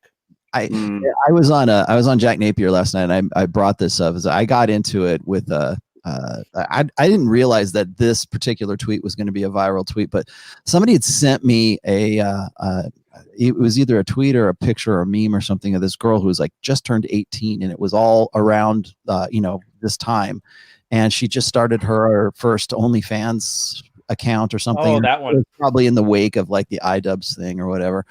And that's why it took off. But like what happened was most of the women who like I said this was my point was this is that in the future, actually in the now, but in the future, women will not be able to escape their digital footprint of their sexual past.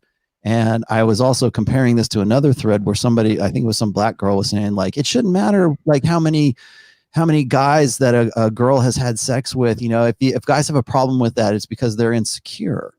And It's your fault I take anal the first date. Exactly, and that's exactly where all the Karens went, and all the TradCon, and the red pill sun hat goddesses went. That's where they all went. Well, if it wasn't for men, we wouldn't need to do this. If there wasn't a demand, girls would be better.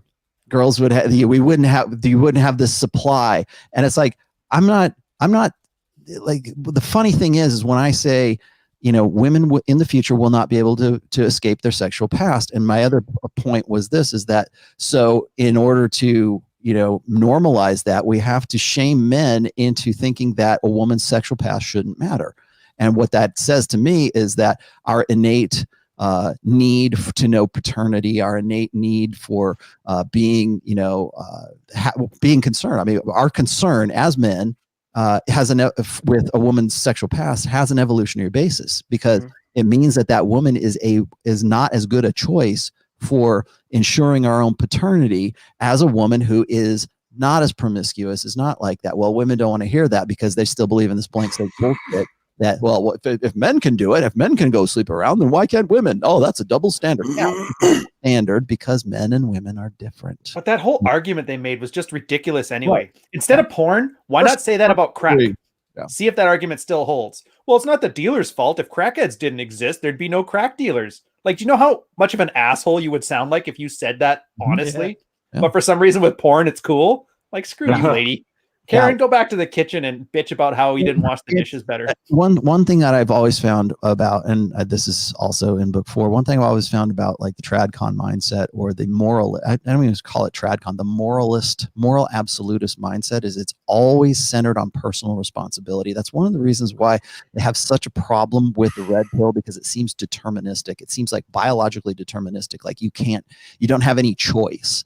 And if you don't have any choice, then there's no personal responsibility. So it's like the devil made me do it. Instead of the devil, it's natural selection. It's the evolution made me do it. And so therefore I shouldn't be responsible. And so they're the same people too that say I'm PMSing. That's why I'm cranky right now. Right. So they acknowledge this stuff.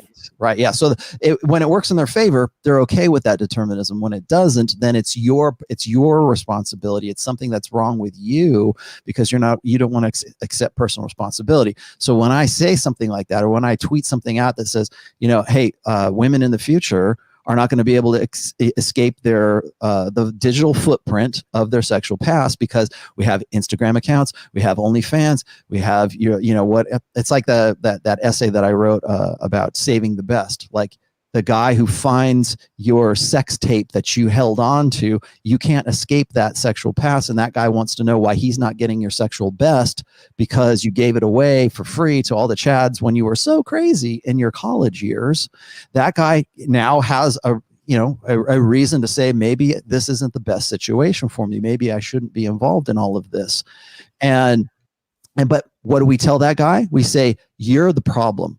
You have a problem. You're insecure in your masculinity. And what you have is better than that. Just because, it's better than that. Yeah, exactly. We cuddle on the couch on Saturdays. That's way better than DP with my friend Susie. Yeah. Or else it's you need to take personal responsibility for this. So women wouldn't need to do OnlyFans, or women wouldn't need to be cam whores if there wasn't a demand for it. And in a way, they're right, because there is a demand for it, but it's usually mostly beta guys who want to jerk off and they just want some sort of like connection with a woman. And that really, what are they paying for? What are they paying Andrew Tate for? What are they paying Tristan for? That connection with that girl who, they live out that fantasy and they're going to pay all kinds of money for, which, like, for us, we go, who on earth would do something like that? But there's plenty of guys who will do that. Well, do you remember what he said? There was, I can't remember the numbers, so I'm just going to throw them out, but I remember the ratio. It was like $3 a minute and you could watch the girl fiddle around on camera. Mm-hmm. But what he and his brother had to do is, if you wanted to chat with the girl and he and Andrew were sitting there typing it, it was like $30 a minute. Mm-hmm. So they don't want the sex. It's not so much the sex, it's the ego stroking. It's the girlfriend experience. I want to be desired, and just give me the illusion. It's like watching Rambo and then going to fight your brother afterwards, like, because you're all pumped off the adrenaline. It's a sexual version of that, but not with your brother.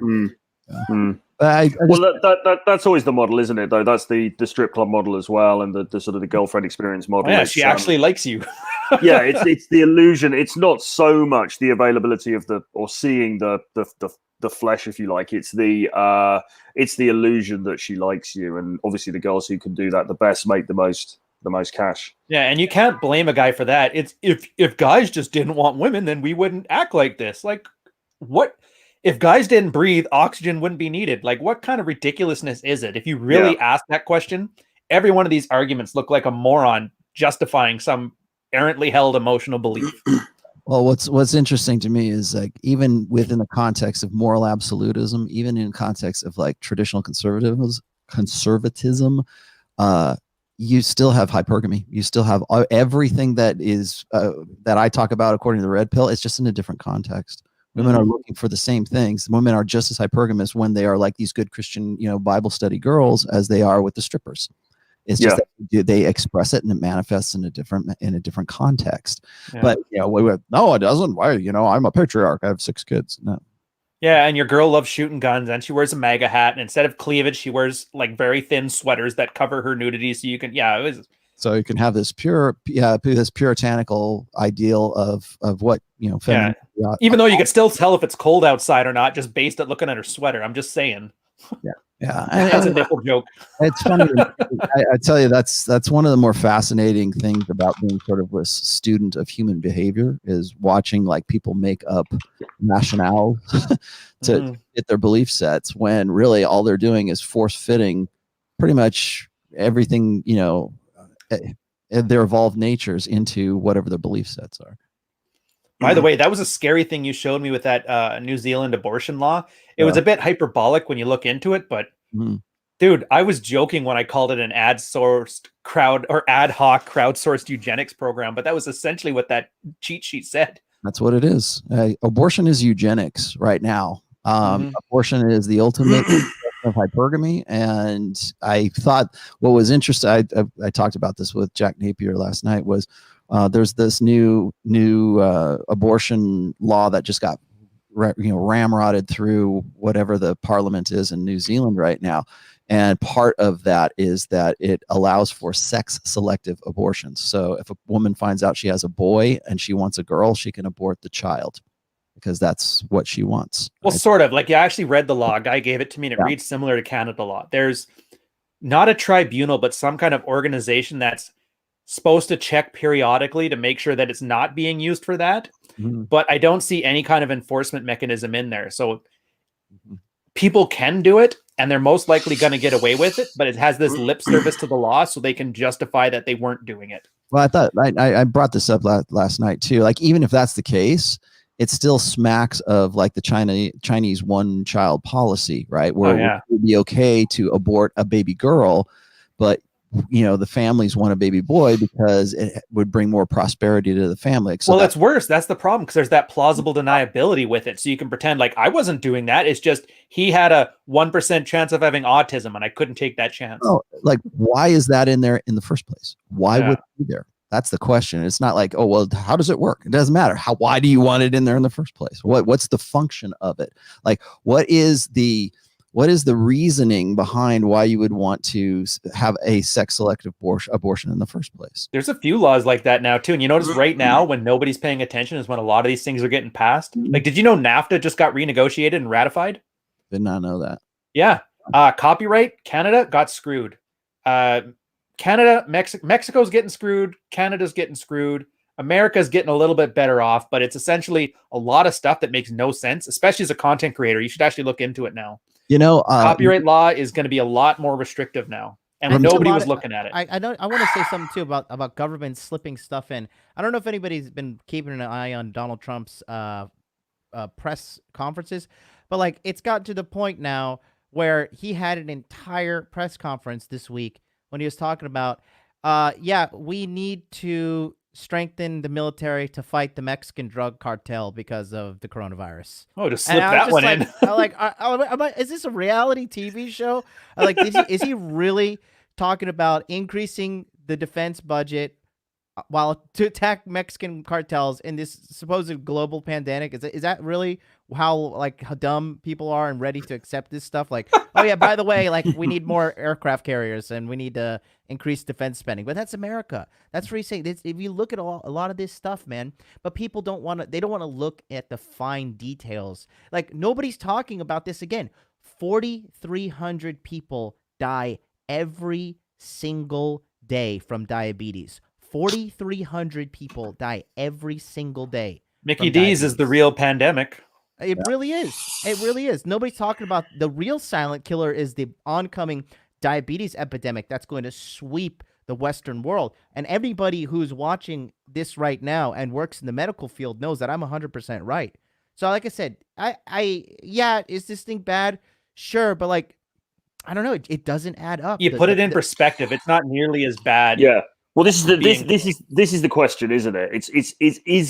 Are the actions that have been taken proportionate? Do you know what I mean? And nobody's saying that there isn't a thing there. Nobody's saying that it isn't real or whatever. But are the restrictions that have been put in place proportionate or not? And it reminds me of 9/11. Remember that when you were saying maybe Iraq isn't what we should be bombing right now? These terrorists are in Afghanistan. You were basically told to shut up, you traitor. Yeah. We're going to bomb Saddam. Yes. And then look what happened those last 10 years. This is how problems start.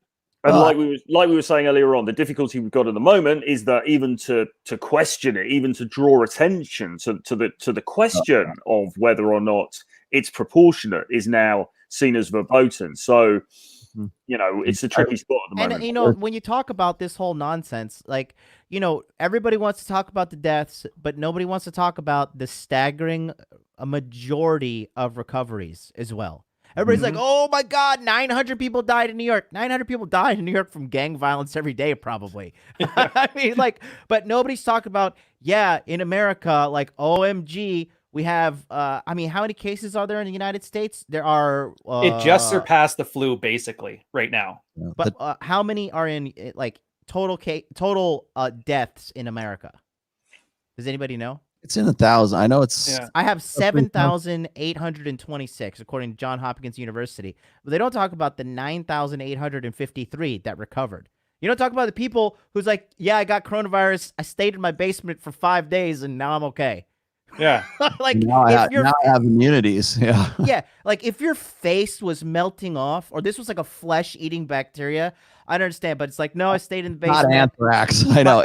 My wife, she put some food through like the little slot in the door, and I was a prisoner for 5 days, and now I'm A-okay, and I could never die from this shit again because I have built-in immunity. Yeah, there's a lot of people who don't know, do I have seasonal allergies? Do I have the seasonal flu? Or do I have Kenny Rogers disease? And they can't tell the difference.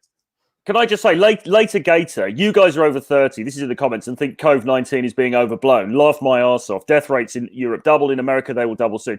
I'm not saying it's overblown. There are deaths happening. Yes, it's a serious situation. My only question is, are the restrictions that have been placed by world governments or governments across the globe proportionate or not? And that's the question that's being.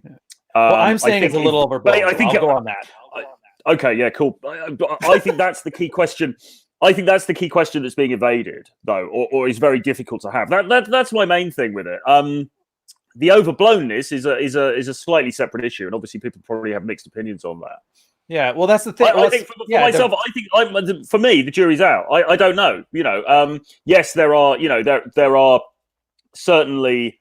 Some grim statistics coming out for sure. However, I also take on board what John's saying. I mean, look, what are you comparing it to? Do you know what I mean? Well, that's I've also seen some very unfavourable comparisons with other things, which also have significant mortality rates, and they didn't take anything like this action. So that's the question. And you have to realize, like, I don't know why everybody all of a sudden wants to fucking think that the mainstream media is a trustworthy source all of a sudden. Like, these are the same people that said Donald Trump had a 1% chance of winning the election. Are you people that fucking dumb? And spoiler alert, you are. I mean, like, what they don't talk about is this. Like, in Italy, there was for all you mainstream media lovers out there, there was an article, right? And in Italy, 99% of all people who died from the virus, 99% had comorbidity. Okay, the people who died in the hospital that Rollo knows about, both people that died. Yep. What do they have, Rollo? All of them. Well, the two that there's been more than just the two, but like the two that I was mentioning first, that both of them had diabetes. Yeah, that's just it. Yeah, diabetes, and you catch this, you probably need to watch your ass. But Vinny has the issue here when he said we don't know the extent of it. And I think that's the fear. It's fear of unknown. It's not about the virus, because we've already proved objectively everything else around us is way more dangerous, and we don't treat it with nearly as much reverence. Oh. Yeah. I mean, look, my thing is this. I want to say one thing. I just want to say one thing. I just hope this thing gets Tess Holiday. That's it. Oh my God. I'm okay. So solid W. So I mean, it's fairly obvious that this is it's a panic right now, and people, like, it's the unknown. Like, well, we could all die, and well, we could all be okay too. But my question is this: okay, we know what's happening. And we know that the mortality rate is not anything like what just some, like diabetes is, or just car accidents, or I don't know, whatever. I'm watching Candace Owens is really staying on top of this statistically, so I'm kind of watching what her numbers are right now. But the next question is this: why close the economy down? Why extend it from the middle of April to the end of April? Why do that? Is it to flatten the curve, or is there another reason why we need to crash the economy? Why would we do that? And I just ask that question, and people go, "I can't believe your conspiracies are." I'm not kidding. That's not a conspiracy. I'm just asking, why the fuck would we do all this? Why? Yeah, well, that's the thing. These people political leaders should be able to justify the position. And that's the point. And you're totally right on this. It's not a conspiracy theory. You're asking them, hey, elected official that I put in office to look after my best interests, how is this looking after my best interests? And the only answer you get is to shut up.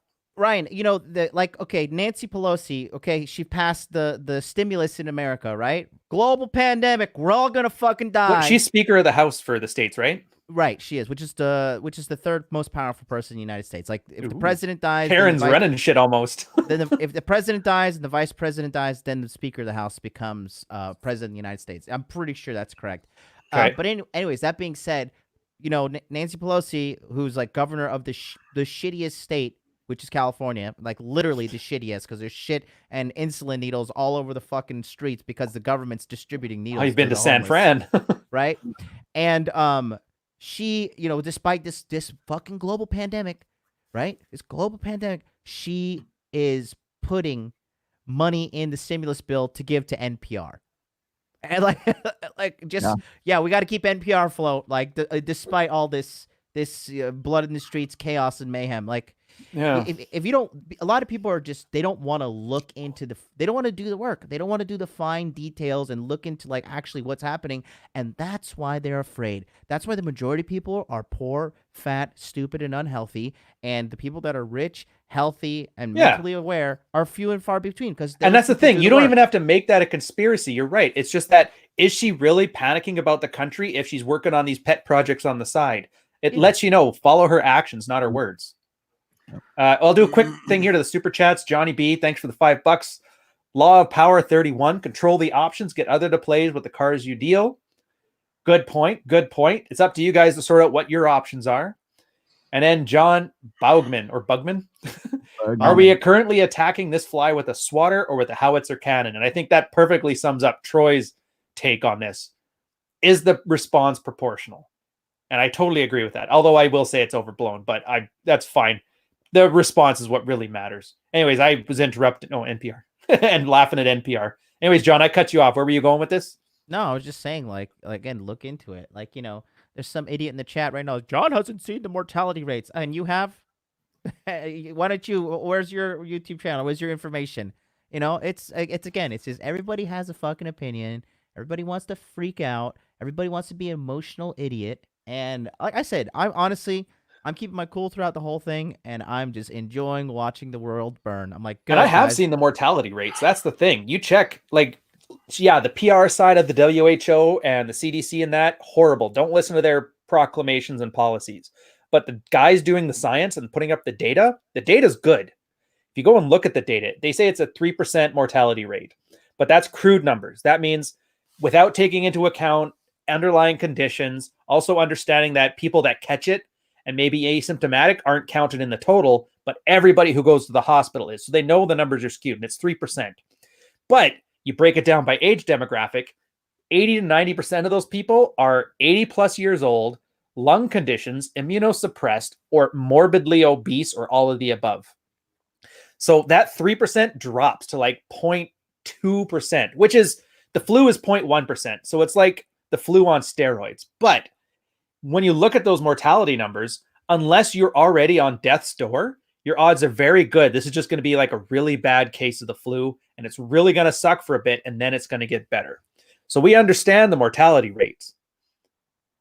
So I don't know if you understand the mortality rates. No, that's the fine. Look, we're all staying home because we don't want to get so many old, fat, chain-smoking cancer survivors sick.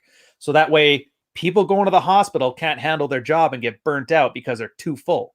That's why we're here. We're saving the sick and the weak and the old. And we're doing our diligence here to keep grandpa alive. Right. But to play this off as if we're all going to die, and that's why the media is telling you, every example, they try to infer it's a young, healthy person dying. Story I saw, first week, mom and her 2 kids caught the disease and died. What they forgot to say was mom was 85 years old and the kids were 60 and 63 and leukemia survivors.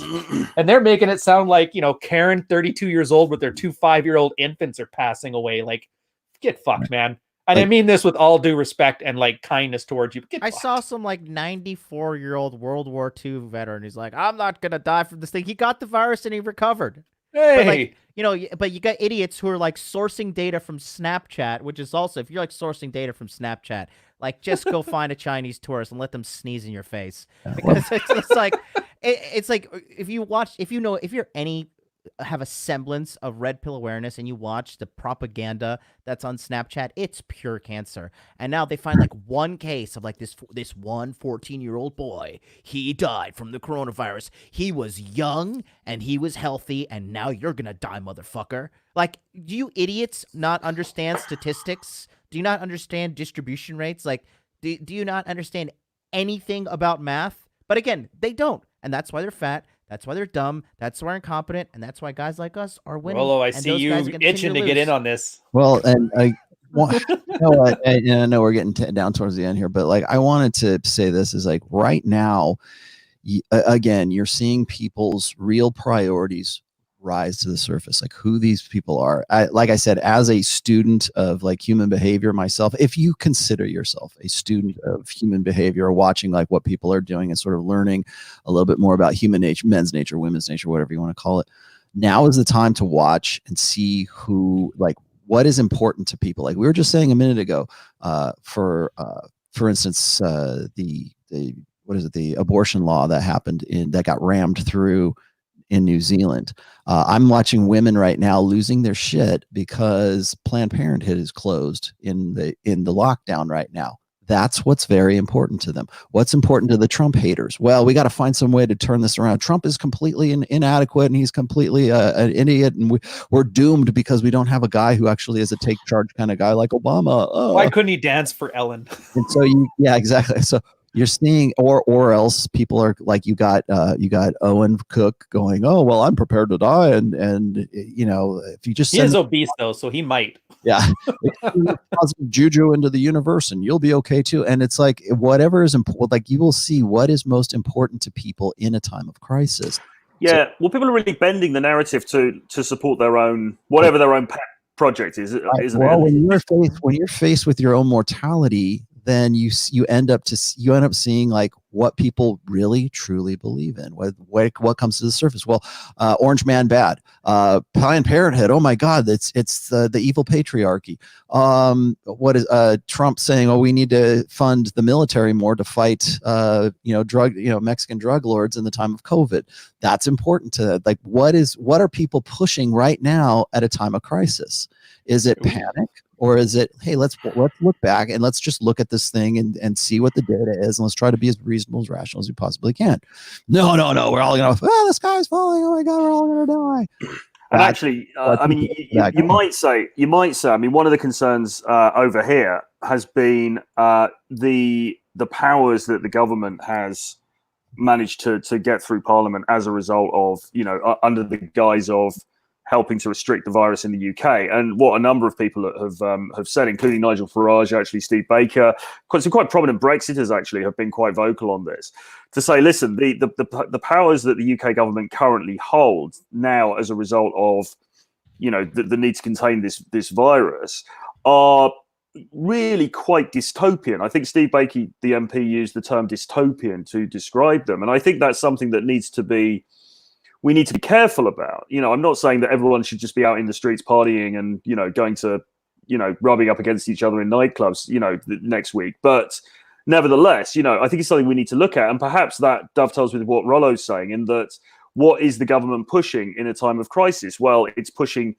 quite severe restrictions on our normal civil liberties. And that is something, we need to at least be aware of, and we need to be able to talk about, I think. Yeah, I'd say, you guys got to realize this too. Like, when it comes down to media manipulation, okay, everything that they do is staged. Okay, when Kumo sat on the stage with all of those N95 masks behind him, you think they just like, oh, we should just like, maybe put some boxes behind him, and yeah, like I think this will be good. When he's giving a passionate speech about, I want to save my mother. And if my mother got this, it's just like when like, for example, Governor Koike, the masks weren't an accident. Right. And Governor Koike, she decided to give out a public alert on her Instagram completely in English while wearing a mask. Do you know that 98% of Japanese people can't speak English? These fuckers are English retarded. That's why people have jobs out here taking English.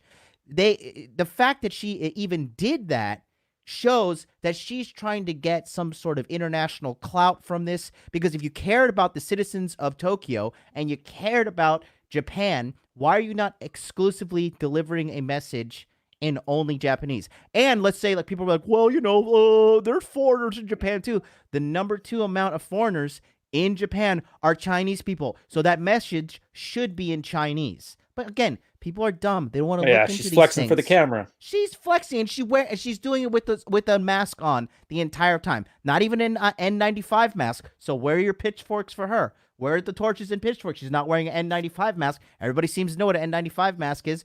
You guys don't realize how easily you're just being brainwashed and programmed throughout this entire thing. All right. So here, we're running short on time. I know you got Dude Party coming up. I figure, yes. Rollo, you brought up a good point. So this is what's really important. So let's ask that question to ourselves. I'll even go first. What in this time of crisis do you find important, and are you pushing? What's your pet project? For me, it's that running with the bull strategy. People are idiots and people are going to panic.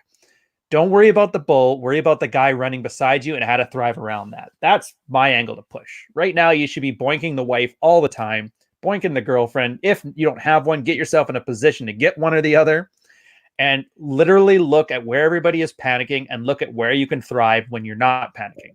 And that's all I got. As far as my stuff, again, keep on the channel, tons of videos. Somebody's going to have me stream Super Seducer 1 or 2, the pickup artist game on Steam. So I think I'm going to give that a shot and we'll see. What about you, Rolo? Well, what's your pet project? well, my pet project has been the same one I've had for a while now, which is to finish book 4. And now, like I said, I'm really glad that I haven't published it yet. I couldn't do it right now anyways because of the shutdown, but I'm glad that I can go back and sort of revise certain sections so that it's a little bit more relevant to a post-virus world. So in that sense, I'm thankful. In the other sense, I'm getting hurt economically like anybody else is right now.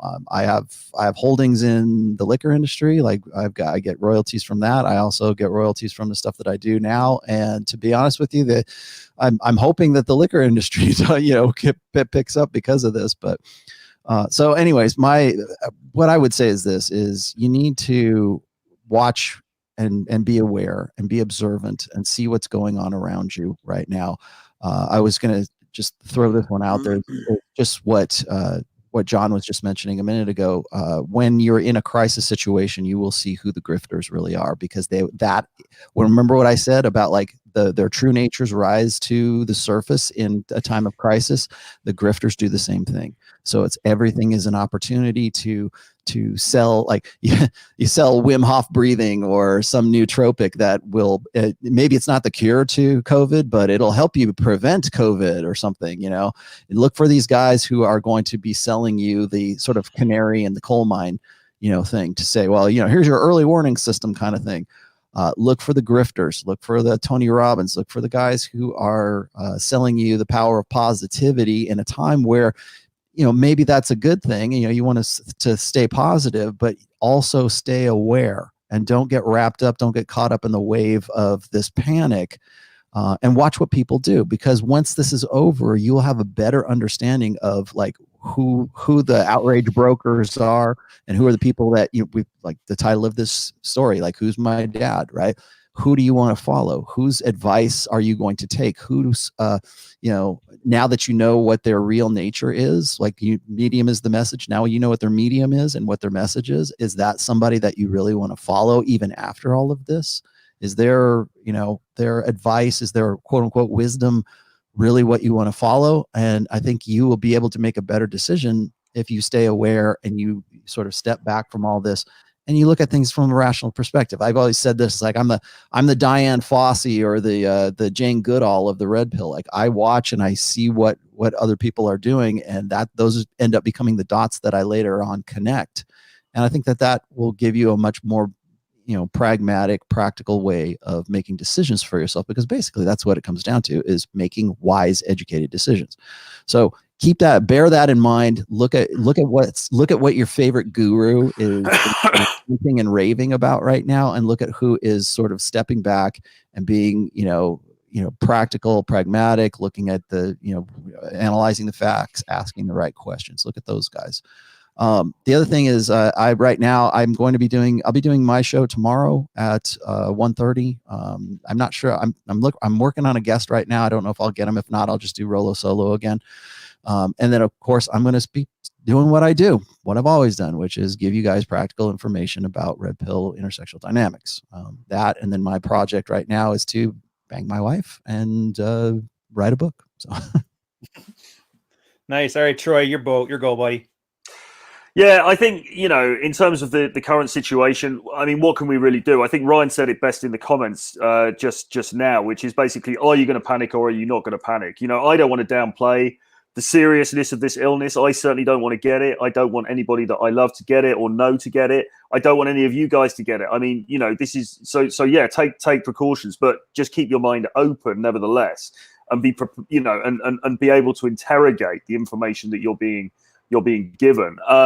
But yeah, ultimately, this is going on. It is what it is. You're either gonna sit glued to the screen all day getting worried about it, or you're going to work out ways to improve your life in the meantime. And that's certainly what I'm doing. You know, I'm just really buried in work at the moment. Got loads and loads of stuff on, doing some self-improvement stuff, getting exercise, all of that kind of thing. So that would be my advice. I've got a special announcement coming up actually for my community, which is something I'm just releasing for a short time over the Easter weekend. So if you want to get involved with that, it's a little video product that I'm putting out just over the Easter weekend.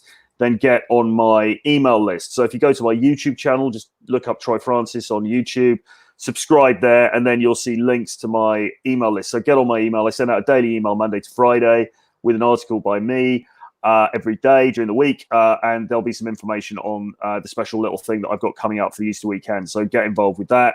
And aside from that, if you want to I was going to say bone up, which would be quite a good term for it actually. If you want to improve your dating and game skills and your knowledge of the dating marketplace, then grab Renegade Dating Blueprint, which is my collection of 11 books about those subject matters. Again, when you go to my YouTube channel, you'll see plenty of links to it there. And that's it from me. Johnny.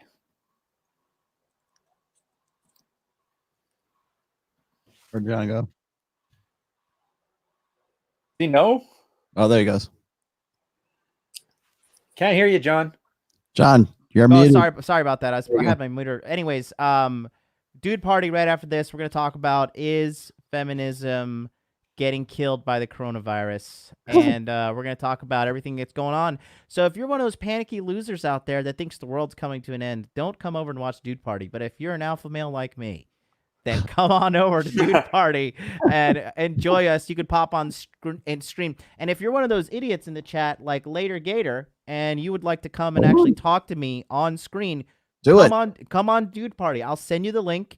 Join me on the screen. We'll talk about, since you're so educated, you know everything about this coming of the Christ, this Corona-chan Christ coming that's going to kill everybody according to you.